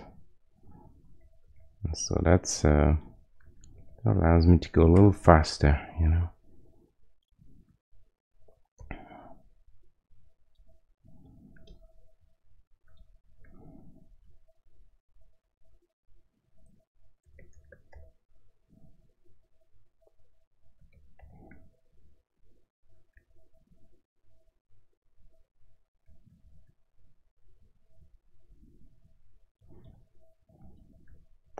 I think that roof actually could go a little darker too. So we're gonna do this. select everything. It's a little tedious to select, but I think it's worth doing it.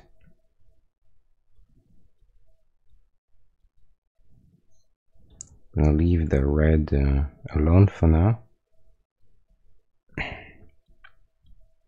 Actually, we can probably take the red as well. We'll take that. Oops. Take all of this.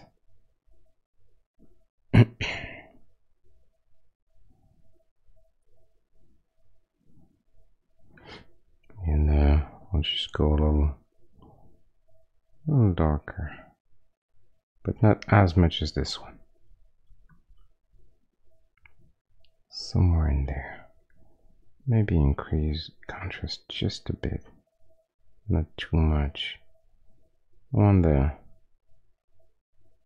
mean, I have this line there to delineate the two. It's not too bad. And now, so this one, we're getting close now.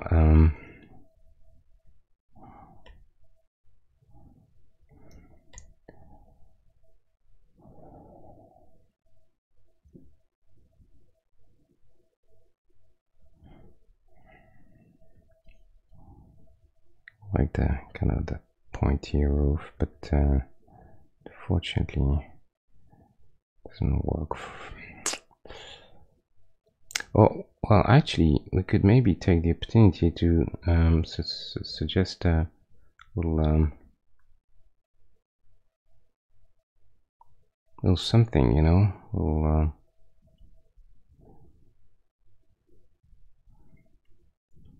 yeah, it's probably all right to do.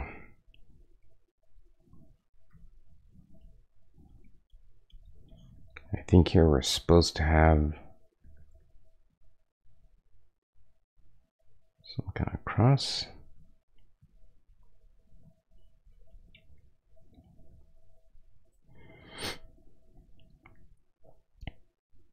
So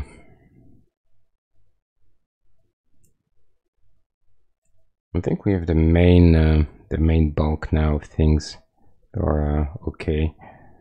Now it's going to be more of a question of actually, you know what? I think I want to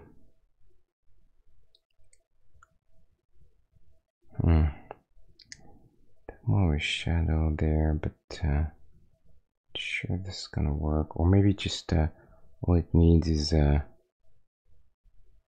bit of I think the edge there is a little hard. Not a big fan of that edge. I think that's better. I wonder if we should almost do this. Yep.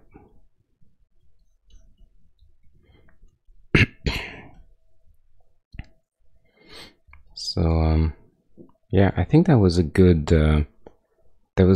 call in the end to choose that size. I think a bigger would have been too detailed to compare to everything else. I think that falls in line more or less with everything. I stretched the proportions a little bit more than I would have liked, but you know, that's what it is. I think can't really avoid that, I think. So that's pretty much it for the building. Now I think let's try have maybe a couple of bushes in the front, like around there on the side. Usually they have them on the side there, and then we'll try and see if we can find an old dead creepy tree somewhere in there, and so just a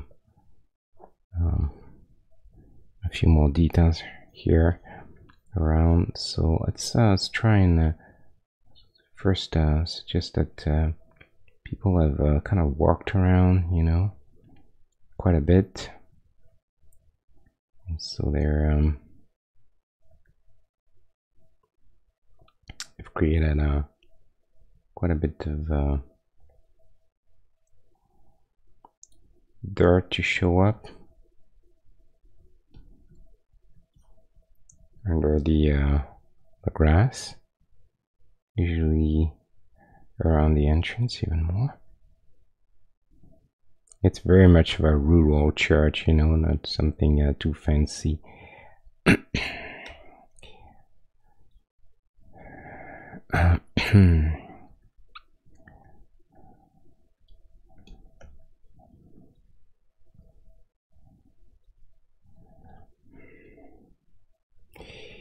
Something simple for now.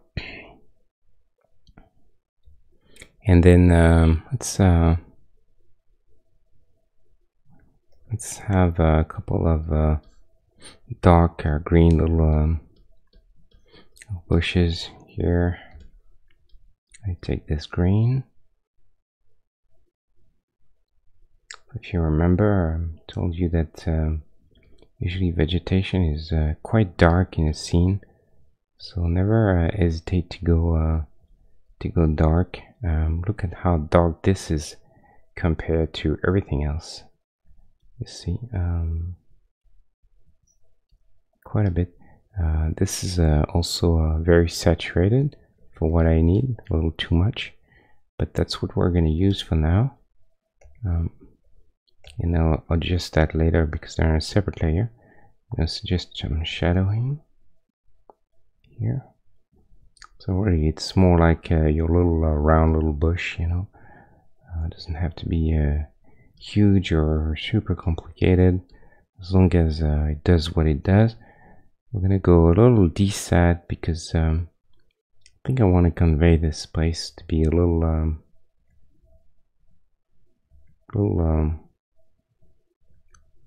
disturbing, you know, not necessarily super friendly. This bush can create a little shadow, so we can do that. So that helps just ground the building a little bit, you know, in the environment. We can have another one somewhere in there.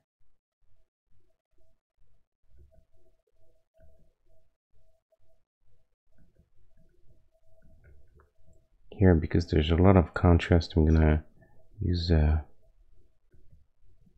pencil to try and make sure they don't stand out too much. Another very small next to it. You know, sometimes you can barely see something like this, but your eye kind of make the connection with the big one and understand there's some more vegetation there. You can do a bit of something there too. And I think I'm gonna have to try the let's see if we can have a little bit of a tree there, something a little bit creepy, or like a dead tree, like a winter tree.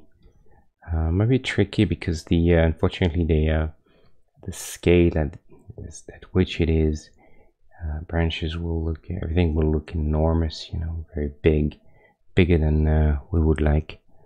But we're gonna give it a shot, and we may need some bit of anti-aliasing, but we'll see.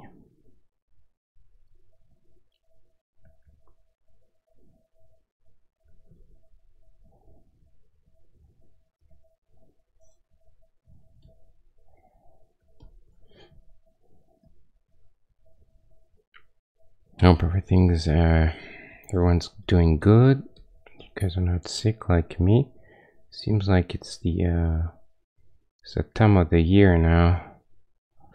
Interestingly, every year I do I take the flu shot every single year around September, and this year for some reason my doctor didn't receive the flu shot last time I went there, and he said well, you can go to a pharmacy, whatever, you know, do what you have to, and don't wait, because I don't have mine, and you shouldn't wait October or November.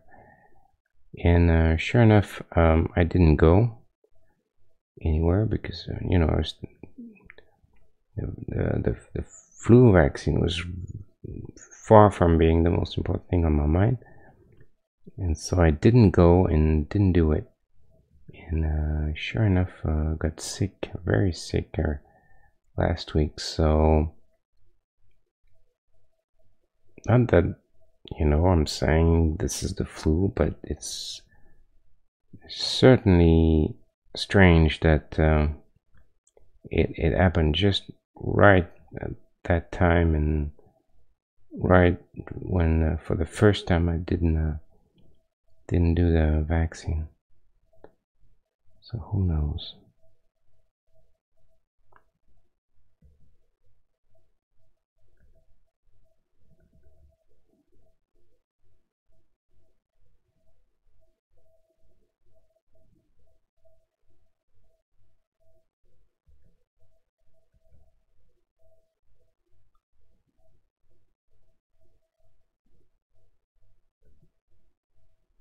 Trying to find an interesting shape, you know, something that feels a little unsettling.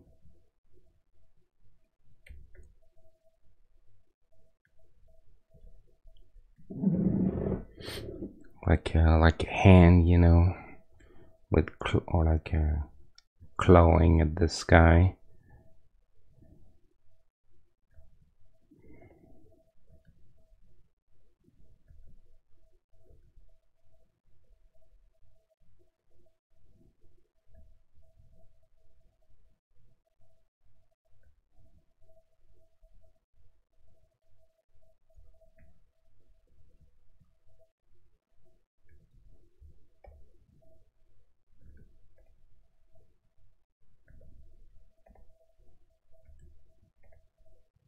So I use different opacity there to make sure that the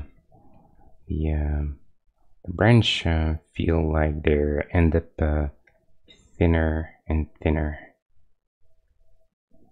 That's kind of a good little trick there.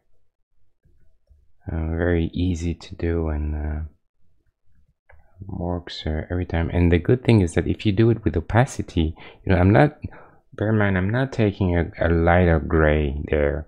I'm really painting with the same color, which is this one, on which I put an opacity, because then what happens is that this will work on any background, right? Because it takes the opacity and multiplies and basically mixes it with the background color. So regardless of my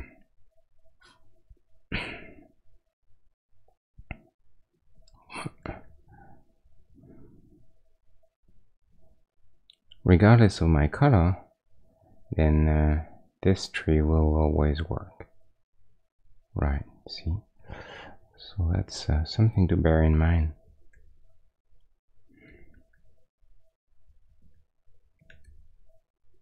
Oh, sorry, wrong layer. Where am I? Over here. Bushes, buildings. Soon enough, I'm going to commit and flatten everything out. Maybe I'll keep the dead trees separate, because I may reuse sorry, reuse this guy in the future. We'll see.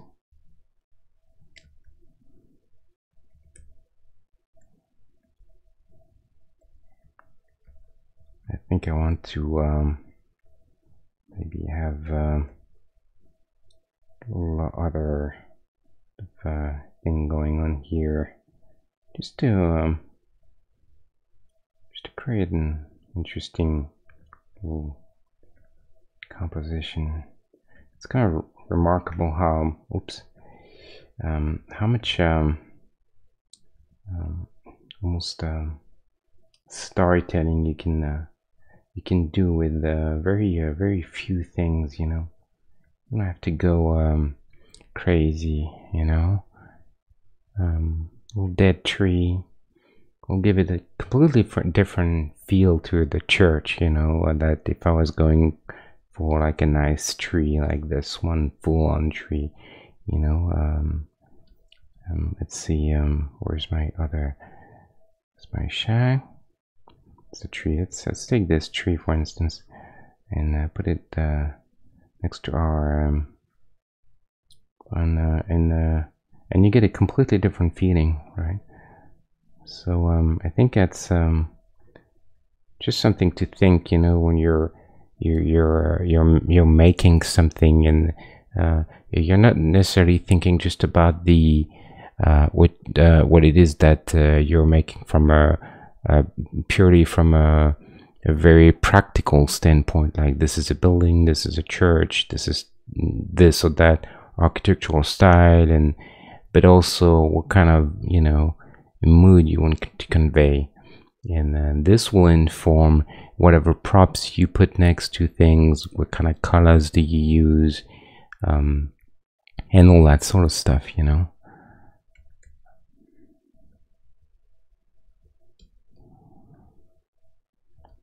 It's just a good good things to think of, you know. Here, I think I'm gonna go even less saturated, a little more dead for those little bushes. This point I'm going to commit to this and stick them to the church. I'm gonna keep the trees separate, like I said, because I think this will come in handy at some point. I'm gonna do this. A little bit of a maintenance real quick. I'd like to create a group there where I can put all the stuff that relate to one thing, you know, the church, the tree, and the tile or the ground. And we have plenty of room there. Not that we necessarily always need to fill in every single area. You know, this was pretty full because just the nature of it. This also, this is fine to leave a little bit of something. Actually, sometimes it's better because, again, if you want to give it a little more of a desolate, eerie feel, then you may not want to put too much stuff, you know, on it. It might actually be a good thing. Let's check the references real quick, see if there's anything that could be interesting to have.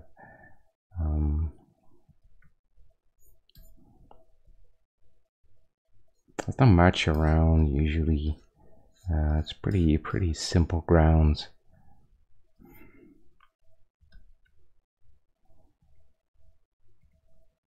I think one thing we can do is have even another tree. That's for fun. Let's copy this, put it over, and I'm just gonna have a very much smaller version, like because I don't want to clutter everything, right? But I think that might be something we can do there, just to give it a bit of a even more of a strange look. I actually think this one could be taking a little bit of sun, so maybe something like that, almost like a stump or something.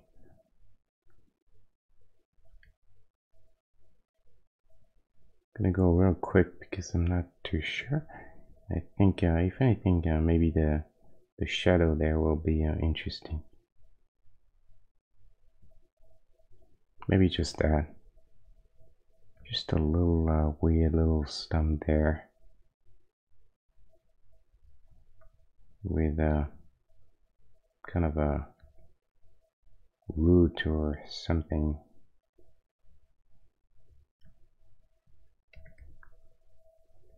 Let's see if we can convey this. very small. We don't have much to play with.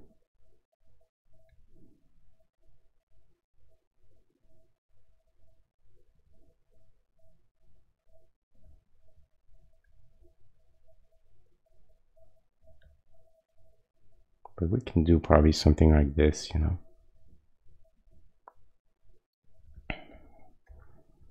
Now we have just a bit more going on.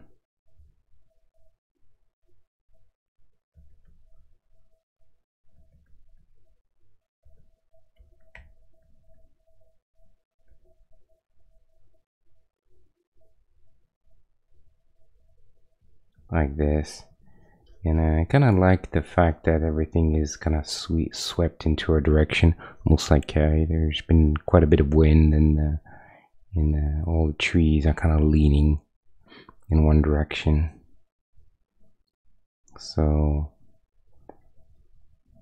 let's be clean there.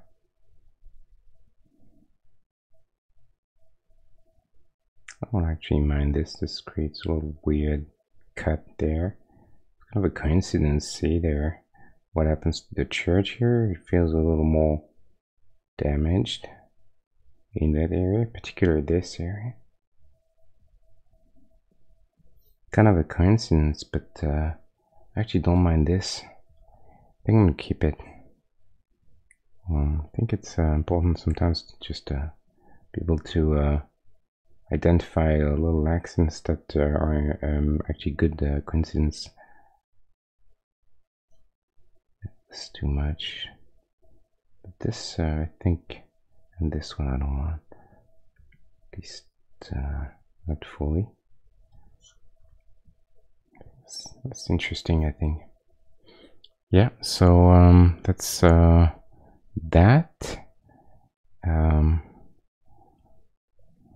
then we have church, and we have the dead tree, and we have the ground.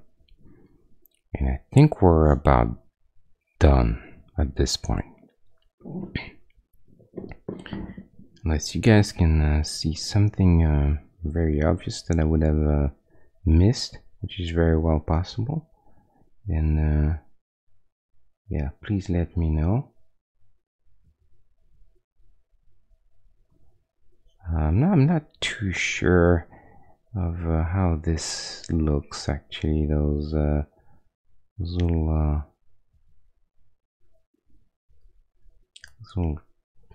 chimneys there. Don't know if we really need this.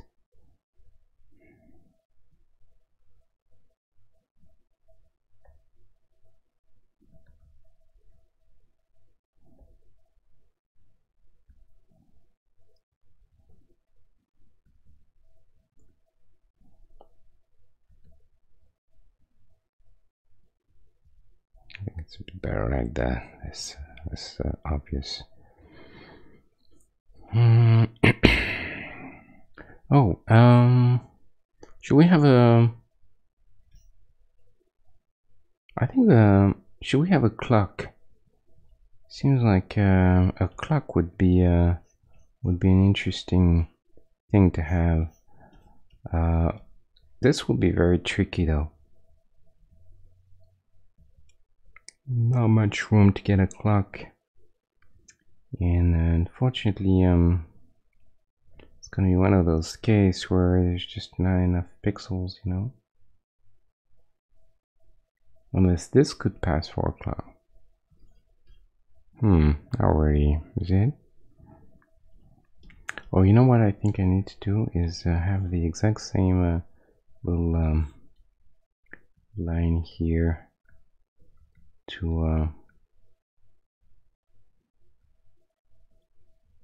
because otherwise we can't read the edge of the tower there.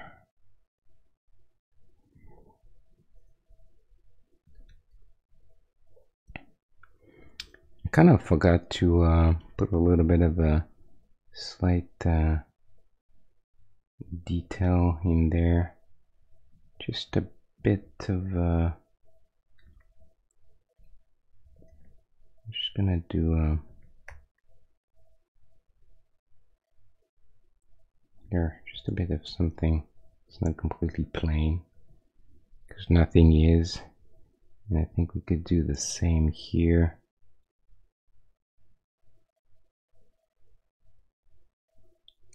Like that.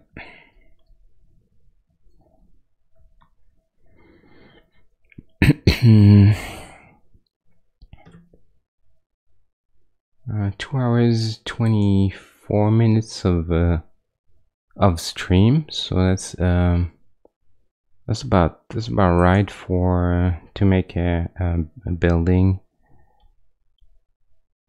Trying to think if there's anything else. Well, I think I should go a little darker there.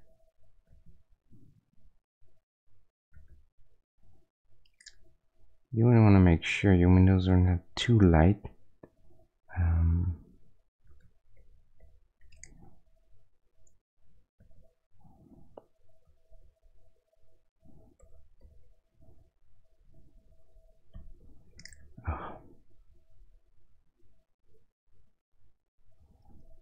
gonna just a bit of something there. Just a bit of tiny detail. We do the same thing here. Those windows are too light. What I want to avoid this.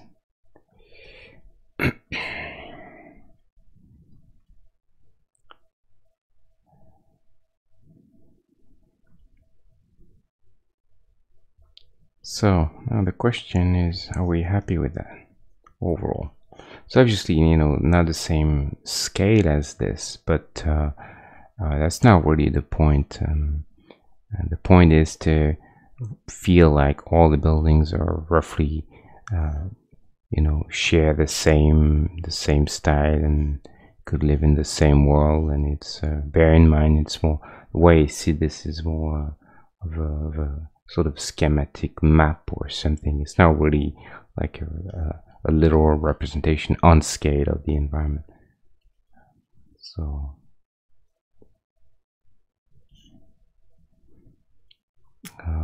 yeah, I think that seems about right. Flipping a bit.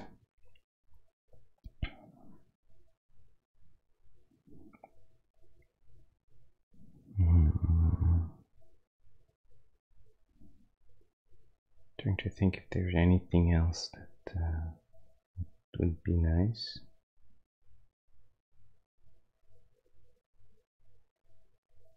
This sort of stuff always reminds me of, like, for some reason, like zombie movies and stuff like that. There's always like a church or someone people get trapped into, and like some kind of building where people, flee to and end up arguing with each other about what's the best strategy. Should we go out? Should we stay in and wait for help? Should we climb on the roof, barricade the door, go to the basement? It's always funny. Yeah, people argue all the time about that stuff. Always makes me wonder, what would I do in a situation like this? Would I be the ones part of the ones making the wrong decision, because always in the movie there's always the group that makes the wrong call, and ends up eaten by the zombies or whatever alien menace is that's in place. Because that's the way of the scriptwriter to say, see, this was the wrong choice to get killed. The good choice is this, and it's made by our heroes because they're smarter than anyone else.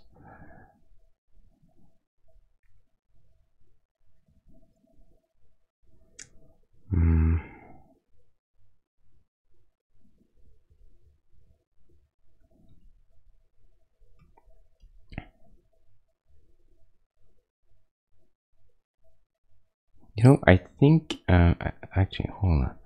I don't really like that window on the side there. I think it's better to do this and leave this alone. Yeah, I think this is a better choice.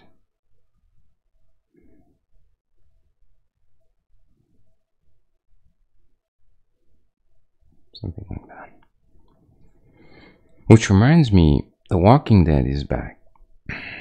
Not that I'm super excited with it, because honestly, past few seasons been going downhill to a point where I was kind of like watching it and at the same time asking myself, why am I wasting my time? Yeah, I think it's been a while now that I haven't really found great interest in it. I think they really I think they've exhausted their possibilities now, or they, I don't know, ran out of ideas. I'm not too sure. Even the production values seems to be going down. The effects, everything is just not great. It's a shame, really. I was reading an interesting thing about Kirkman, the guy who the comic book guy, and when he started the Walking Dead, like I don't know what 15 years ago now. It's crazy. His goal, I don't know, and I think he's still going strong actually. His goal, he said, was to never end The Walking Dead, which is a very weird proposition when you think of it. But I think I kind of understand what he's saying. So basically, he was saying that in every sort of zombie apocalypse movie or whatever, there's a point where people just, the thing just stops, because, well, it's either the end of the movie or the end of the book. So, and you're left there drying, like you get a sense of where sometimes you get some sort of conclusion about some characters, but you never really, there's a bunch of characters that are either left in the air as to what their fate will be, or and also the fate of the entire world. Like Minecraft as generally is pretty much unresolved. And he was saying that to him, it's because there is really no way to resolve this, and this is why you have to keep going, which is really a funny. Not funny, but an very intriguing idea, that in order not to ever have to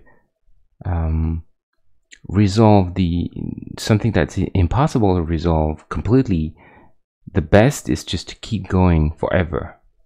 And so his idea really, and he said it, was to never stop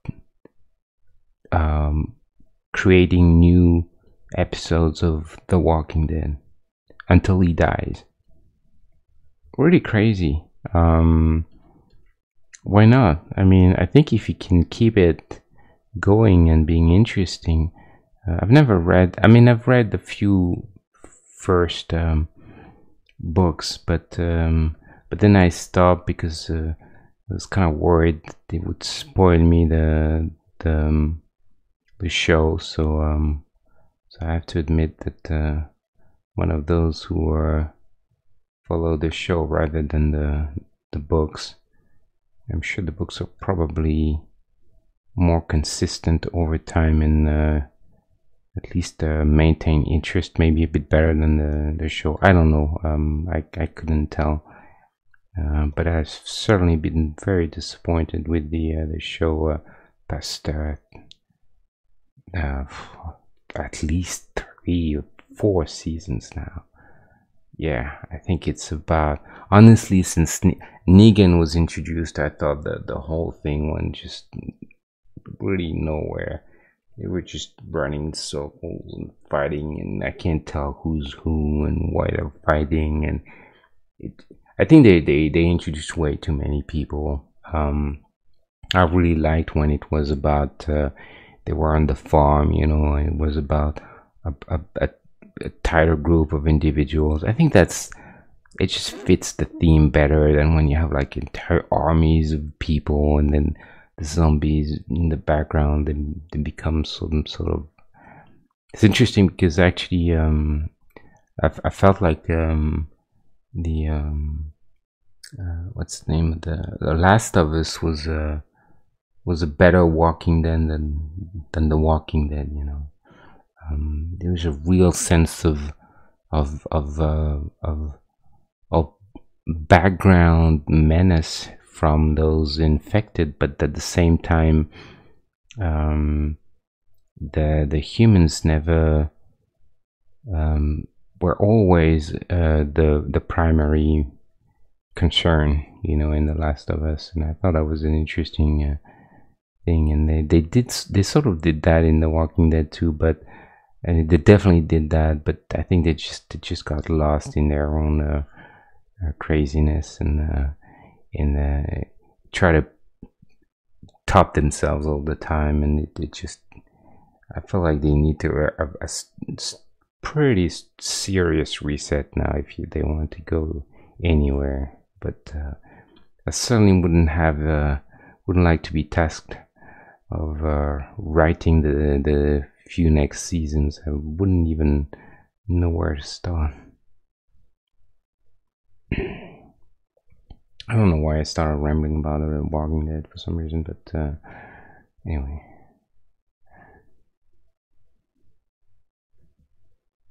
Let's say I wished I had gone a different direction.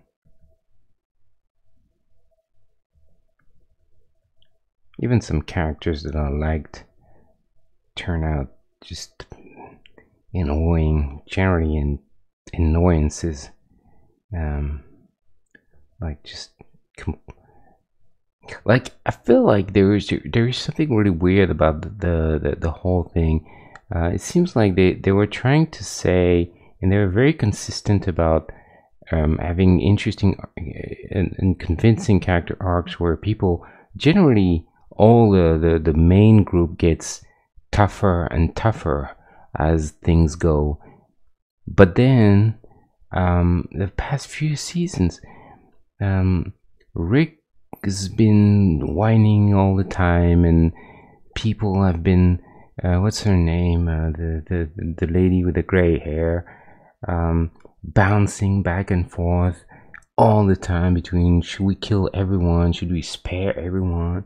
And I'm like, wow, it's like Carol. Is it Carol? It's like, come on, it's like make up your mind, you know. It's I get that you're confused, you know, and then you don't really know what's the best approach in a situation like this, but God, it's like.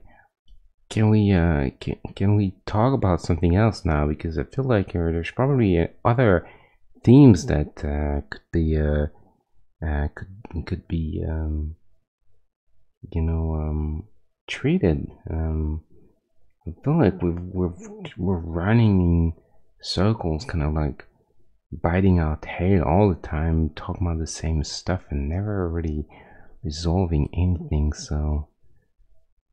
Yeah, I don't know. It's just not great. I think they've lost themselves. Anyway, that's my little uneducated rambling about this show that I used to love.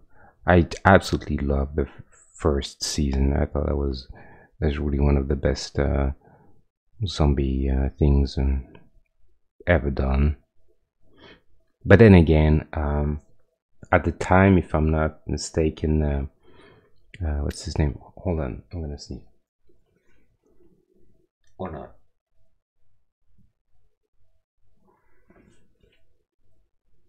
Watch when I'm good. Just when I'm gonna be speaking. Okay, I think it's okay. Yeah. What's his name? Was running the show. Can't remember now. Jesus, definitely a bit tired. the guy who directed freaking The Mist and you know what? I have to look it up now. Hold on. I'll look this up. The Mist. Here's a really cool adaptation of a Stephen King novel. The Mist. Really like this. Not to be mistaken with The Fog, John Carpenter. Frank Darabont. There you go. So that's the name I was looking for. Frank Darabont, when he was at the helm of the show, I thought he was man, that season was spot on. And then I don't exactly. Wow, he was born at Montpellier, France. What the hell? This is interesting. I never knew that. This guy was born in France. Huh. All right. Yeah, he was. I really like his movies. I mean, when you just think of The Shawshank Redemption, this is The Mist and the first season of The Walking Dead. I think this guy is really incredible. Very incredible. I wonder what happened. I wrote the screenplay of The Green Mile as well.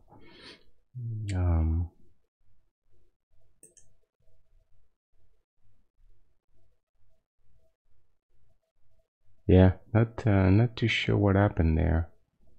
It's a shame that he could not keep going on the show. But you know, not too sure. I'm not sure what happened there.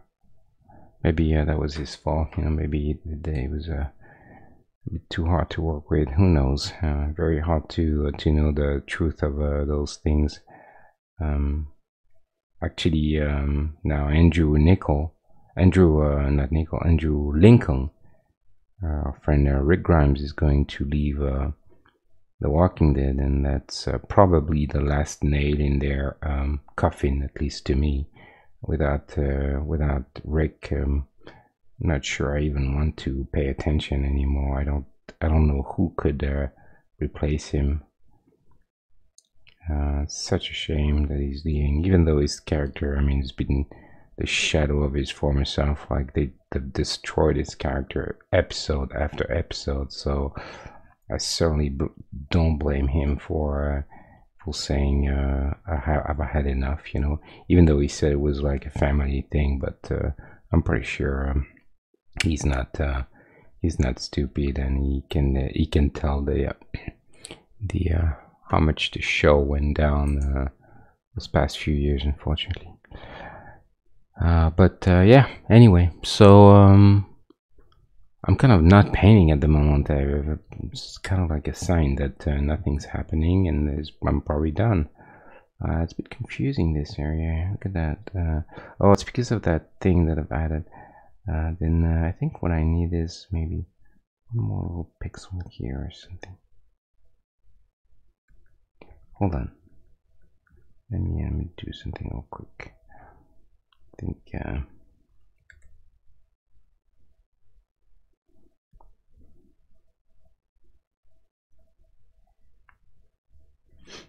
and also I think I need to do this.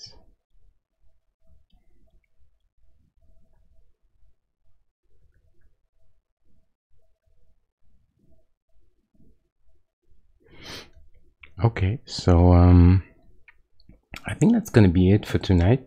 2 hours 43 minutes. It was sorry, I was kind of low energy. Usually I'm try to be a little more active, talk a little more and explain a little more what I'm doing. But I'm really struggling quite a bit with this this cold. I'm all sweaty and disgusting at the moment, so I think I'm gonna call it a day, and then hopefully 2 days from now I'll be in better shape to be just a slightly bit more entertaining, I hope. But anyway, I still see that some of you guys have stuck up with me and you're still here listening or watching or lurking, which is perfectly fine. And that's I appreciate this very much. So thank you again for everyone who was there. So we've made our little church. We'll post this tomorrow on Instagram, and then I will see you guys next time. It's gonna be Wednesday, 8:30 p.m. Pacific time. You'll be seeing under the just below the stream. You can see the countdown for you guys. And please, if you have somewhat of even a slight interest in the stream and then supporting the stream, what you can do right now is follow, because that will help me a little bit. And if you have suggestions about what I'm doing and what you would like to see more, just get in touch with me through any of the various means that we have nowadays, Instagram or Twitch or whatever, Twitter, and I'll always try to take into account what people say, for sure. So thanks again, guys. I will see you back on Wednesday at 8:30. Thanks. Bye.